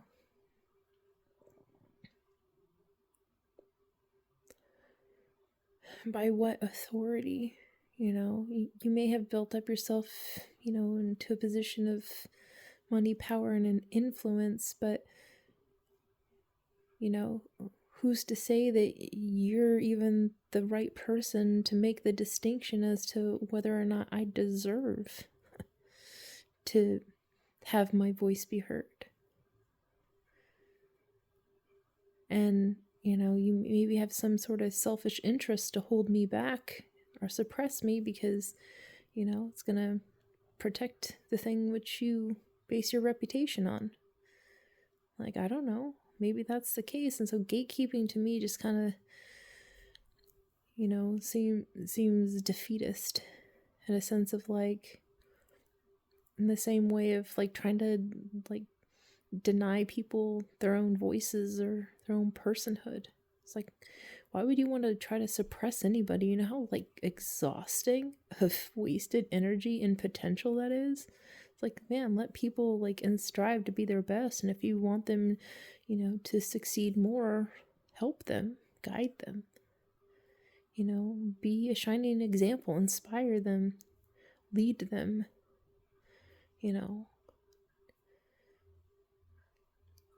It's just like the way that I approach raising my children is like, you're not like a possession. Children are not possessions. People are not possessions. People are people. I view my children as these beautiful, abounding potential. And I just want to see them shine. And to guide them as best I can and to inform them with whatever insights I have. I want to acknowledge them. I want to listen to them. I want them to know that they're cared for and cared about. And it's not about them being who I need them to be or who I want them to be, but for me to just let them know that I'm here for them. And in whatever capacity and ways I can be of service, I will. I just want to see them shine and succeed because I love them so much that I just want every joy for them. I want every day to be Christmas Day and for them to wake up and to experience the joy of receiving the gifts that light up their eyes. It makes their heart beat with glee and they radiate with this abounding realization of this is what it means to be cared for,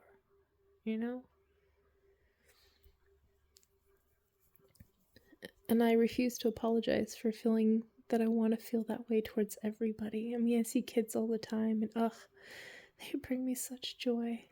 I can't help but giggle and wave at them and talk with them, and I talk with them and talk to them, not at them. And they recognize it. They're like, you're on my level, aren't you? It's like, yes, and you're on my level.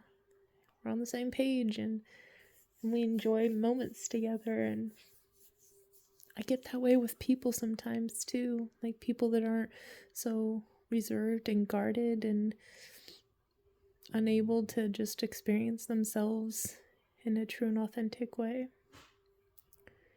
And I just want to see people on that level and to let them know that I see them on that level and encourage them to, meet the moment with a matched intensity of recognizing like you have everything within you to be of service in this moment, and you're supported in that role.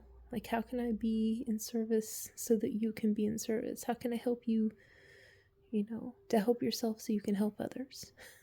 It's one of the things I always think in my head.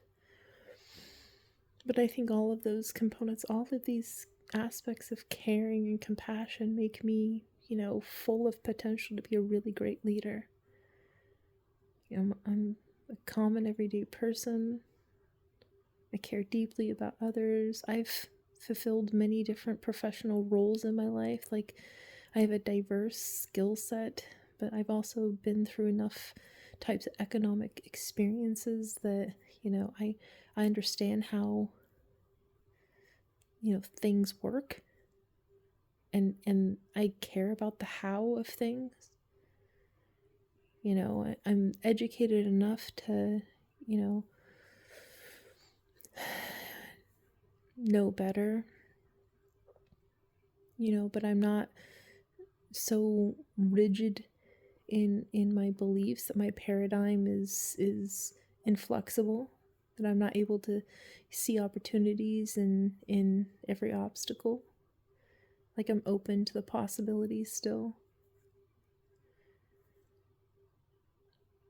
And I sit to work and think things through and work out complex problems and consider things from like all these different levels of like humanness.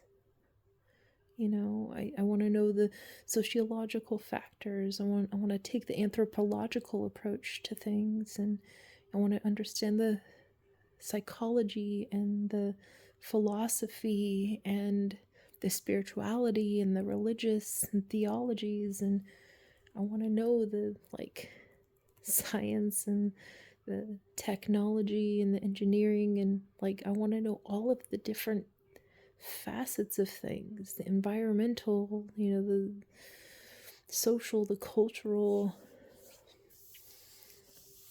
the infrastructural, like the educational, like all these aspects, like all the things that make up the human experience here in America, to the point where like how might this inefficient system be improved upon so it can work for everyone.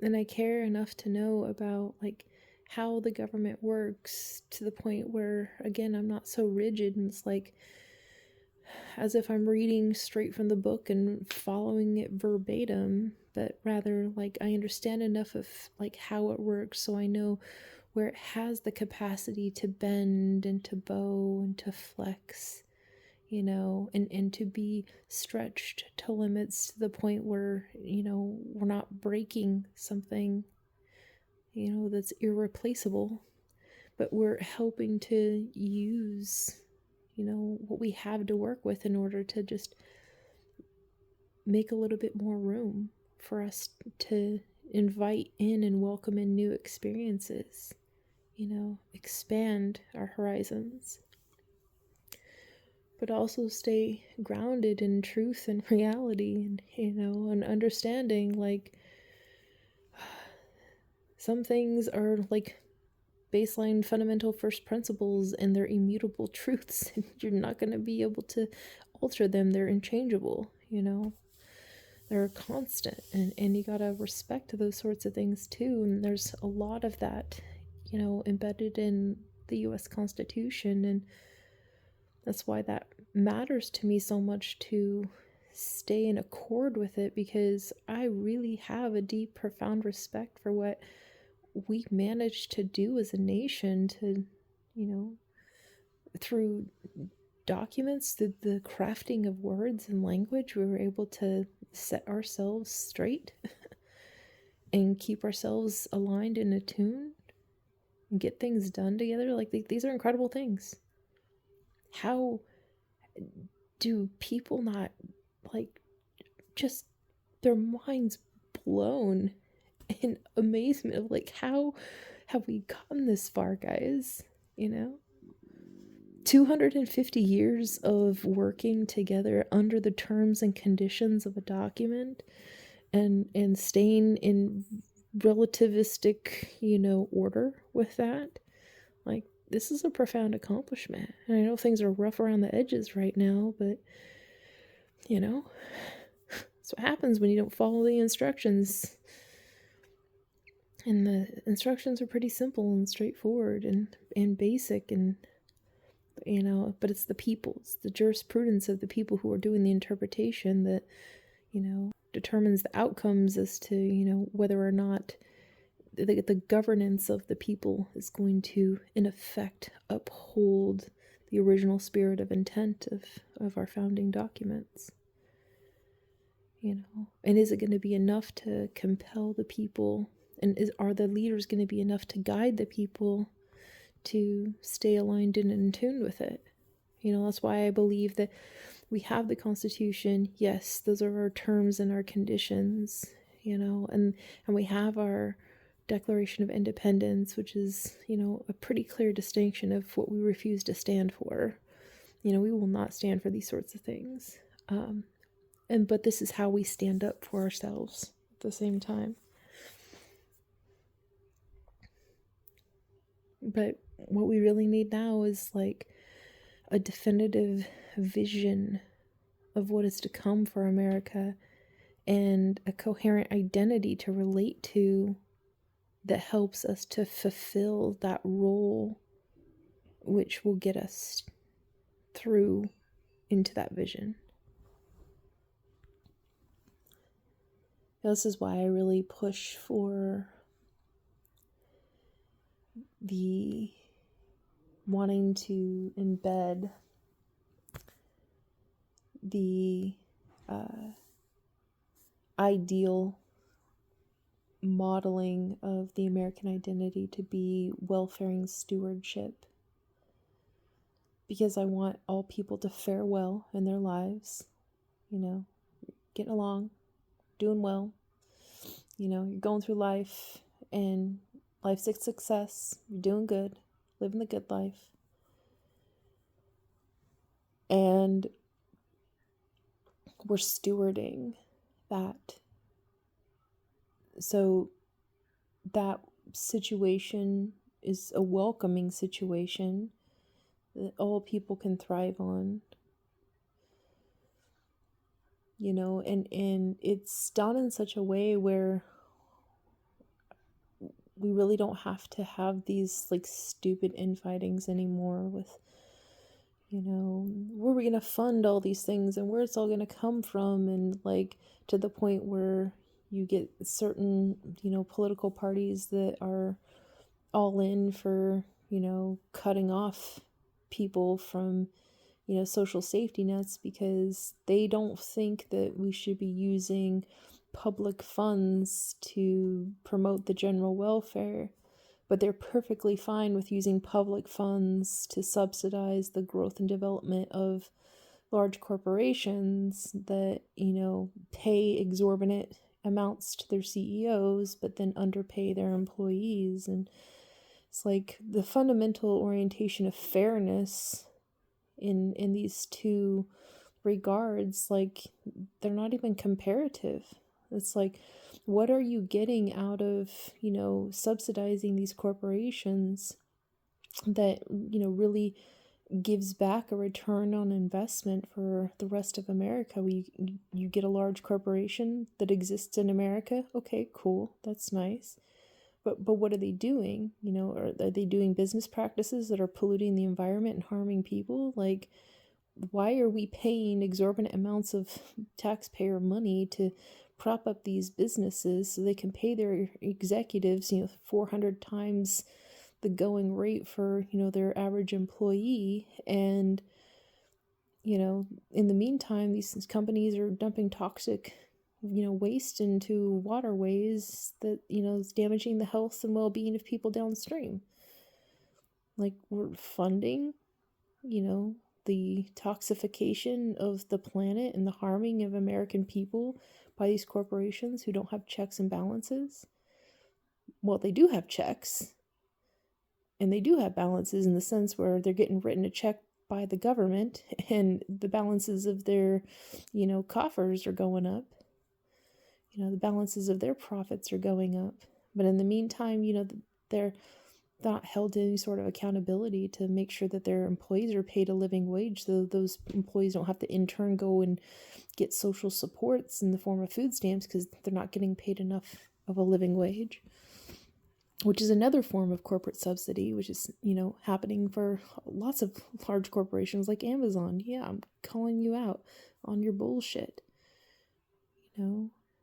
Top ranking people in your companies are paid exorbitant amounts of money, like way more money than, people should be making in these roles. In the meantime, your lowly workers, the ones that keep everything functioning and moving, the ones which you would not exist if you did not have them, are not getting paid enough to the point where they have to go get social service assistance. And, and they're working, but they're not even, they are denied even the dignity of that work because that work isn't enough to have, a fair cost of living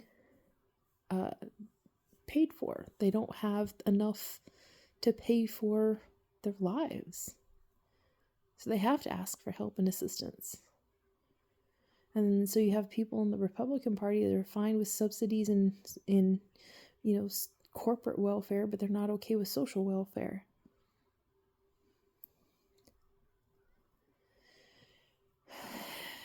And to me, it's just like, I really just want to innovate it out so we don't have that even as something that could be on the chopping block when it comes time to determine a budget of funding. Like, I don't want those things to, be touchable. I want people to not be able to take away the funds that are, funding our welfare. That's why I, want a tax code system that, pays for wellfaring stewardship. We have a stewardship tax that pays for the wellfaring stewardship. And then we have a portions tax where taxpayers can determine where a portion of their money goes towards in terms to accomplishing certain, projects that we want to accomplish together that promotes the general welfare. And then, an equalizing equilibrium tax that, make sure that the people in the upper echelons are not making so much money that it deepens inequality and leaves everybody else behind and never able to reconcile that gap between the haves and the have-nots. Like, I really want to bridge that gap with intention, and not because I want to bring people from the upper echelons down to our level, and not that I want to, bring everybody from the lower echelons to their level, because, there's enough for everyone's need, not enough for everyone's greed. I don't want anybody to think that it's normal to be excessively greedy and hoard resources.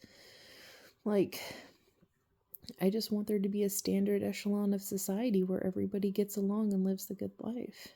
And that we moderate those who are in the upper echelons so they don't become excessive and extreme in that. And so equalizing, the difference between the two is the bridge. It's creating a standard moderation between the upper limits of the upper echelon and the lower limits of the criterion echelon to make sure that they maintain a consistent, cohesive equilibrium, to make sure they never go too far in excess, to keep them reined in.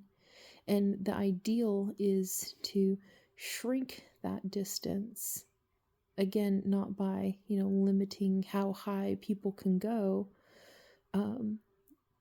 or bringing them down, but rather like lifting everybody together. It's like, as you grow, we grow. And, these sorts of considerations, taking into account, like, I'm thinking about the everyday average American and how, if they had a supportive government, they would be able to thrive. And that living in a thriving society is possible, and everybody's full of potential and human ingenuity, and if we just put it to work to do the same things together, we can accomplish so much together. Welfare and stewardship is about getting things done, making shit happen. We got a to-do list, and we need to set to work to get it done, and to do so together, because another fundamental rule I follow is, I can't, but we can. I ain't trying to do all this alone, because, like, I'm only but one person. I know I can't do it all. And I really care deeply about us going far together. I want us to keep up on progress. And I don't want anybody to be left behind.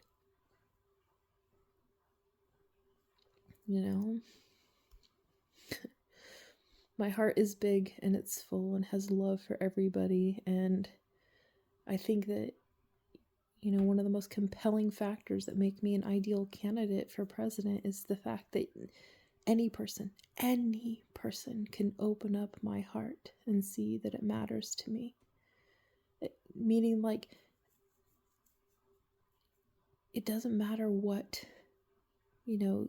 thing that they point to. I can get to the core of the matter of it in terms of my own values and align it with my own soul print values to the point where I can see the potential in it and be able to, like, express that to other people, in a confidence of knowing that, like, I don't have to know everything. I just have to know something, about everything. And as long as I know that something that is relevant to everything, then I know enough of the broad and the general to figure out and fill in the blanks for the things that maybe I don't necessarily have an entire, complete understanding of in some sort of comprehensive way. But I can get at it in an understanding and learn, learn about it so that I can, understand it in a deeper, more fundamental way and get at the truth of the matter. Not just what I sense or intuit. It's like, this seems like this is what matters about this, but like really get to the point where I can carve out those edge cases to reveal what truly matters, in any given regard. So it's a problem solving skill, and it's important because if government is a problem solving, mechanism, like, wouldn't it be ideal to have somebody that likes to be a problem solver in that position? Somebody who cares about people, cares about, our history and, where we're going, and wants to create this American identity we can all relate to that isn't, like, racist as fuck or, super, like, factioning, or like it's for us but not for you. And that's the things about, like, POTUS 47, they don't really understand. Like, the message isn't very compelling when you're telling, like, every Democrat that you're the problem and I'm trying to solve it, and the solution is I'm gonna, like, make everything worse for you and make you suffer and punish you for being Democrat. Like, that's his approach to things, and it's, like, so defeatist. It's like, man, you need them to cooperate with you in order to accomplish the things you say you want to get done,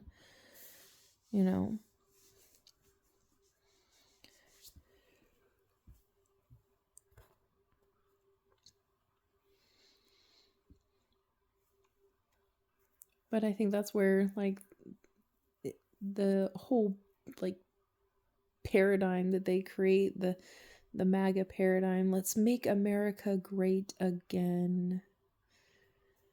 And, America was never really great, in comparison of, like, the potential that America could have realized. We could have gotten so much farther and done so many more incredible things if we weren't so hung up on stupid crap that was holding everybody back. Like segregation, racism, slavery, all those things, like, dead frickin' weight. If we just would have let things go and just lived by the concept of everybody's equal, endowed by their creator, certain inalienable rights, life, liberty, pursuit of happiness. We could have solved a lot of these problems a long time ago, and we would be held back by it, and you wouldn't have had to live in the, atmosphere of racisms to the point where it's creating these complex, complicated challenges of, social dilemmas where people are infighting with one another because of, some perceived differentiation between tones of your skin. Like, to me, it's stupid. Like, people are people. And if we just would look at each person as being valid, valuable, loved, respected, appreciated, like, we get past all the racist bullshit or the sexist things, like, that pisses me off too. But, waste of time. And if we just move past those sorts of things, we just look at each other as humans, we could start working together and get a lot more shit done. We would be so much farther in the scales of our being if we just didn't look at people as if there's an otherism that, keeps the categories, but rather like there's always a you and there's always of me. And the question is, are we a we? And is there an us? And what does that mean? And how might together we do something that we couldn't otherwise do alone? Working together and, working for, as I like to call it, mutualisms. Starting a new political theory in terms of like political party or whatever. It's mutualism, mutual respects, mutual interests, mutual securities, mutual benefits, mutual care and concern, like mutualisms. And, what a novel idea to like care enough about making sure that nobody's at a disadvantage and nobody's getting kept behind or left behind. And, everything works for everyone without the expectation that it's all like equal. But we have to have like equity. Everybody has to have like a basis of standardization by which, everybody gets, full open access privilege to, So when I think of like America Works for Everyone, diversity, without the disadvantage of anyone, equity. And so that nobody gets left behind or kept behind, inclusion. And so everybody lives a good life. Common fucking sense, right? And with that, I'm grateful for your valuable time, attention, and consideration as I have mused through these many gray areas of consideration. I just wanted to work out this sense that, I think things are just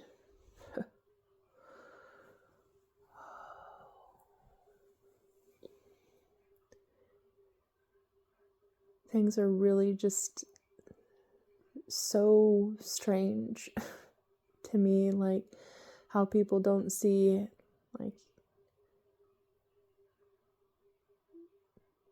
there's so much we could do together to make, America great without America failing to do good, And if we could all just get on the same page and work towards something together, we could be so much better and go so much farther. We'd get so much more done, In wellfaring stewardship, that can be our American identity. We can all relate to that, That doesn't keep anybody behind. It is for everybody. And to steward that, take on extreme ownership and take full responsibility. Like, it matters to us. We understand our freedom and the responsibilities that come with that freedom. And it's important to us and it matters to, not waste time. Not waste time. And all the stupid petty infighting with each other. And just really realize that, like, my happiness is dependent on your happiness, and my freedom is dependent on your freedom. And, if we can all just work out a way to get along, then nobody has to be denied either of those things. And just start doing some intentional social sanctioning of people who decide to be bad actors with nefarious intent. You rein them in, keep them from getting out of control. They lack self-control, and so society needs to put controls in order to contain them and prevent them from causing harm to others. There's a lot of work to be done in those areas.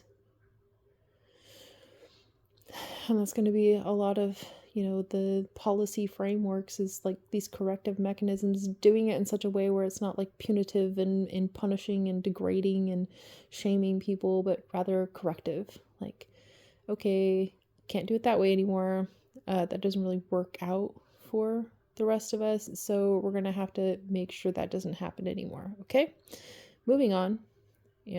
Like gentle guidance into the direction of good outcomes, and positive reinforcing encouragement and incentives to compel people to through their own free will to spontaneously cooperate, and to entice them through the exciting prospects of potential, seeing it in themselves and others, and being excited about connecting the dots and making it all work, putting in the good work to make it happen, and standing back and being proud of your work and said,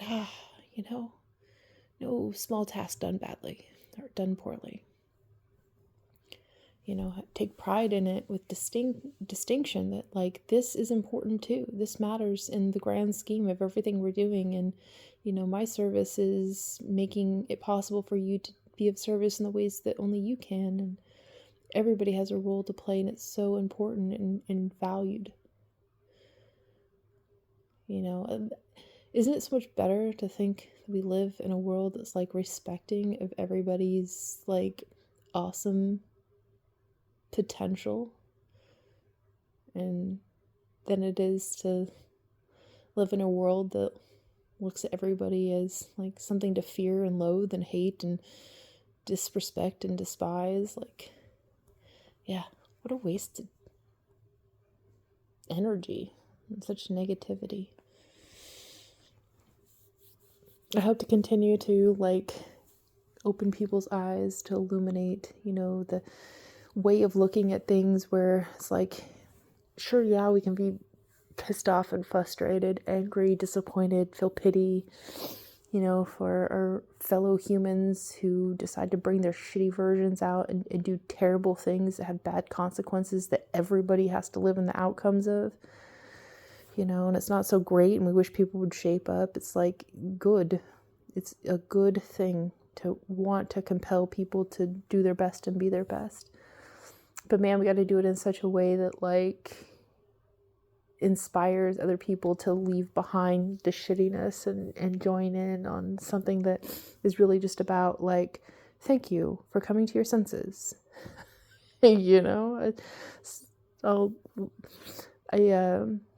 read something today about a Republican candidate that decided to no longer be in the running for governor of Minnesota because he just like came to his senses like, I can't in good conscience stand behind what's happening right now. The Trump administration's gotten out of hand with their ICE stuff, and like, I don't want to represent the party in, the role of governor to, in the midst of all of this business. Like, I don't want to stand for that. I'm stepping aside so I don't like add to the negative complexities of that. I mean, I could imagine like not a lot of people would want to vote for a Republican in this sense that right now there's such a hostile situation, and America's being taken hostage by, the administration. So there's not a lot of warm and fuzzy feelings towards people like that. So like I can imagine most elections are going to be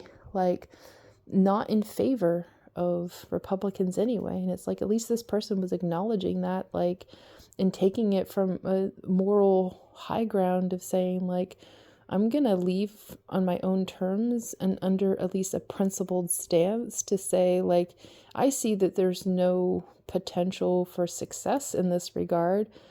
And even if it did succeed, I wouldn't want what was to come to be what was going to succeed, because I'm not okay with this bullshit, And I'm proud of him for doing that. Like, I can't wait for more people to wake up to that reality. When it was just like Marjorie Taylor Greene, she did as well, woke up to reality and, like stepped away from that and fulfilled the accomplishment of, one of the most basic fundamental rules, like thou shalt take part in no bad scenes, And so I'm proud of her for that. And all people who are, part of the Republican Party or the MAGA Party and, that are waking up to the realizations like, man, this isn't really what we were thinking. It's not panning out as we thought it would. I don't really want to be involved in this or to be associated with this. So I'm going to start to create some distance and to allow for, myself to move out of alignment with that and start seeking to, fulfill the needs of others, because that's not a situation that I can trust in anymore. And I'm proud of them that have the, courage and the integrity to like start building back their reputations based off of, this understanding that, you don't really garner a whole lot of respect if you stand by and defend the defenseless, in the defenseless stand of like, we're having ICE raids that are ending up and Americans are being shot. Like, that's a situation you can't really defend. You can't really defend that and justify that. Like, to things to be that out of hand, there's a lot of balls that were dropped along the way. A lot of points of decision making where responsibility could have been taken to achieve different outcomes, and somebody was not pulling their weight, doing their part. They weren't on their A game. They like lacked care and concern. Something happened where, things fell through and then things fell apart.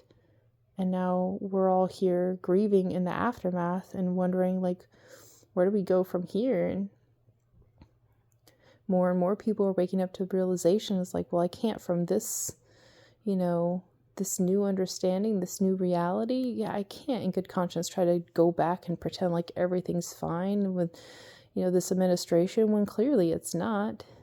And if the history books are going to write, you definitely don't want to say that you were on the side of a government that was trying to defend itself against murdering, unarmed, defenseless Americans on the street, who were speaking out in protest against the actions of the government, because it was at that point in time already out of hand. But then the government knocked it up a notch and it's even more out of hand, And so it's like more people are waking up to that realization, and I'm so proud of them. I really, really am. And I continue to send love and light to help to illuminate their enlightened path, to diverge from that continuum and fully embrace a continuum in which, like, we all belong, and good outcomes are what we're looking for here, working towards. And to the more of us that align with continuum of good outcomes, the less power, attention, and energy goes into the other continuum that It was a spectacle of negative outcome consequences of bad decision making, poor management, terrible administration, short-sighted policies, expedient fixes, disregard for human life, disrespect of certain populations of people, all kinds of racisms, bad humanity, bad actors with nefarious intent, running rampant, no checks, no balances, rule of laws thrown to the waste bin, constitutions shit on every day, and